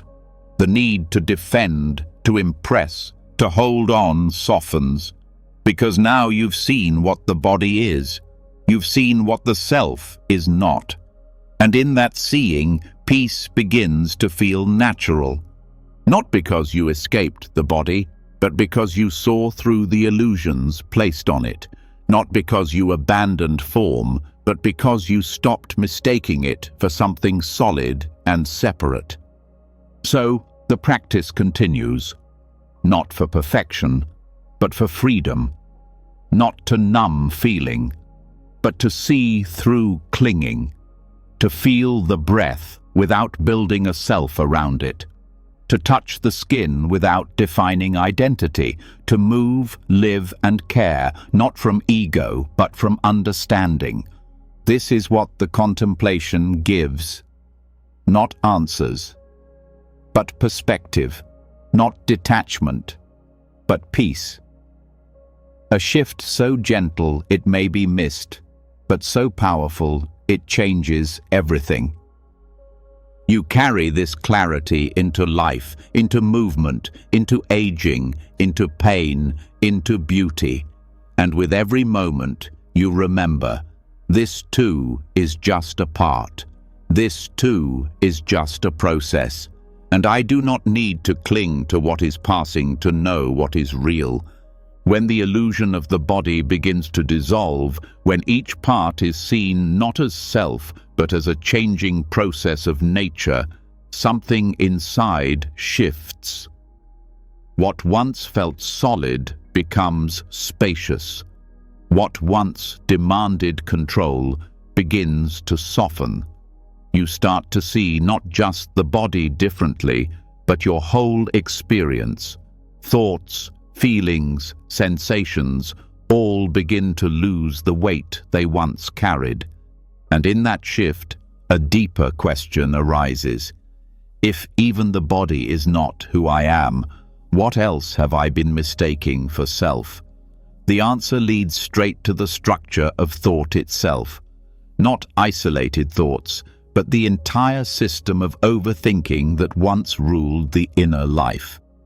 The teachings point to something beyond the endless movement of the mind. Stream entry. Stream entry, the first irreversible shift in Buddhist awakening, is not a mystical status. It is the beginning of the end of confusion. It is the moment when the core habits that feed suffering are finally seen through in a way that cannot be unseen. It is not a state that needs to be sustained. It is a turning, a reorientation of the whole path. And what changes most deeply is the relationship to thought. Not that thoughts stop, but that their power collapses. Before this shift, the mind tends to live in constant conversation with itself, planning, regretting, comparing, doubting. These patterns are not neutral. They shape perception, emotion, and action. Overthinking becomes the atmosphere in which experience happens. It colors everything. And because the thoughts are so loud and constant, they are often mistaken for truth. But when stream entry occurs, the very structure that gives thoughts their authority is no longer believed in the same way. This change begins with direct insight into the nature of reality, not as a concept, but as a lived experience. The insight into non-self becomes more than an idea. It becomes an unshakable recognition. The view of a permanent, separate self is broken, not because it's denied, but because it's seen through. The thoughts that once circled around me now lose their center. The mind still moves, but it no longer clings to the movement. Overthinking collapses, not because thinking stops, but because identification with thinking weakens. There is a clear knowing. This is just thought, not mine, not truth, not personal. It arises and passes like everything else. This recognition removes the fuel. Thoughts may still arise out of habit, but they don't catch fire. They don't become obsession. They don't spiral into endless loops. The insight also weakens doubt. One of the core fetters broken at stream entry is skeptical doubt, not healthy inquiry, but the kind of inner spinning that leads nowhere. Doubt about the path, about one's own capacity, about what is real. When this is gone, the mind gains stability. It no longer searches for something to stand on. It knows where it stands. It trusts the unfolding of truth. Another fetter that falls away is attachment to fixed identity. The belief that there is a permanent self behind experience. This is subtle. It's not about thinking, I exist or I don't. It's about the underlying feeling of being a center around which everything orbits. When this view is dismantled, the mind stops returning to self-reference as a baseline. It stops building stories around my pain, my thoughts, my journey. There is still care, still commitment, but the tension around self collapses. This shift is not theoretical. It shows up in daily life. In moments of stress that once led to hours of rumination, now there is awareness, pause, release. In situations that once triggered identity defense, there is space to respond instead of react. The mind becomes more flexible, less threatened, less compulsive. The internal monologue becomes quieter, not because it's pushed down, but because it's no longer needed in the same way. The endless commentary that tried to protect the self loses its urgency when the self is no longer held so tightly. Thought becomes a tool, not a master, a servant of awareness, not its owner. Stream entry also brings a deep sense of direction. The path no longer feels uncertain. Practice becomes simpler, not because it requires less effort, but because there is no longer confusion about why it's being done. The energy that once went into doubt and over-analysis is now available for presence, for refinement, for compassion. This change doesn't mean perfection. It doesn't erase old patterns completely. It means they are seen in real time, and that seeing has power. Even when thoughts return, they don't stick in the same way. Even when fear arises, it's held in a larger space. The mind doesn't fall for its own stories as easily. It watches, allows, releases. This stability brings emotional balance. When overthinking fades, so does the emotional turbulence it creates. Joy is more accessible. Sadness is less overwhelming. There's more room for humor, for patience, for kindness, because the mind is no longer hijacked by its own narratives. Even perception shifts. What once felt solid and fixed now feels fluid. Situations are no longer viewed through the lens of self-interest. Relationships are less entangled with ego. There's more space to see others clearly, to respond with empathy, to let go of needing to be right. This freedom deepens with practice. Stream entry is the beginning, the insight that starts the unraveling. It sets the mind on an irreversible course. The current flows toward truth, toward peace, toward the end of suffering, not through avoidance, but through understanding. And even though the insight is personal, its effects ripple outward.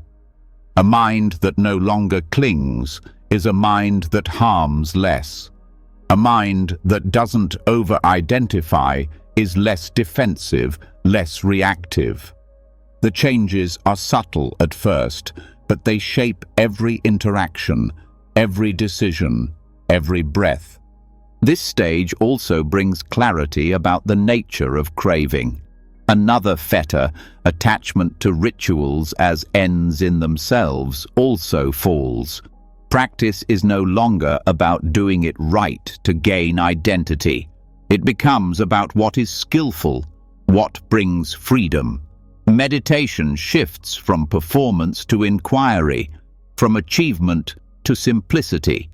This freedom from overthinking allows intuition to surface, not mystical knowing, but direct responsiveness. You begin to feel the next step without calculation. You know when to speak, when to wait, when to stay still. Because the mind isn't cluttered, the heart can speak. There's a deeper honesty too. Without constant thinking, you see what is true more easily. You admit when you don't know. You acknowledge when you're wrong. You listen without preparing a reply. Because the need to defend a self is no longer primary. As this freedom stabilizes, gratitude grows. Not just for pleasant experiences, but for the whole path, even for the suffering that led here. You stop resenting your struggle. You begin to see how it shaped your seeing, how it brought depth, how it helped you care more. And so the path continues. Not from lack, but from clarity. Not from fear, but from love. The mind may still have thoughts, but it is no longer trapped by them. The self may still appear, but it's seen for what it is, just another movement, just another process. Empty, changing, harmless when not clung to. This is the collapse of chronic overthinking, not in one dramatic moment, but in the quiet undoing of confusion, in the steady presence of insight, in the calm knowing that awareness does not need to be protected by thought, it only needs to be remembered. And from this place, everything begins to change. Thought no longer leads. Awareness leads. Silence is no longer empty. It is full of knowing, full of freedom, full of peace. You've just taken a journey through more than 3 hours of timeless Buddhist wisdom, a path that gently peeled back the layers of anxiety, overthinking, fear, and self-doubt. You didn't just listen. You slowed down, you saw, you remembered. From the stillness of the breath to the sharp clarity of the cemetery contemplations. From the grounding rhythm of mindful walking to the deep resonance of chanting. From learning how craving feeds the storm to seeing that the self you protect might never have been solid at all, this wasn't information. It was transformation. You learned how thought isn't the enemy, but clinging is. How silence can heal what thinking never could. How presence is not passive, but the most powerful act of compassion there is. You're not the same as when you started, not because you added something new, but because you let go of what never belonged. The tools are here now, gentle, ancient, quietly powerful. The breath, the body, awareness, and the knowing that freedom doesn't arrive someday. It begins now, in this very moment, exactly as it is. If any part of this resonated with you, if even one phrase gave you space to breathe, share it in the comments below, not just for us, but for the next person who needs it. Sometimes a single insight left by a stranger is the thing that saves someone else. And if you want to keep walking this path of insight and calm together, subscribe to the channel. There's more to learn, more to unlearn, and more silence to rest in, together. Now take one breath, just one. Let it be enough. and carry that stillness with you.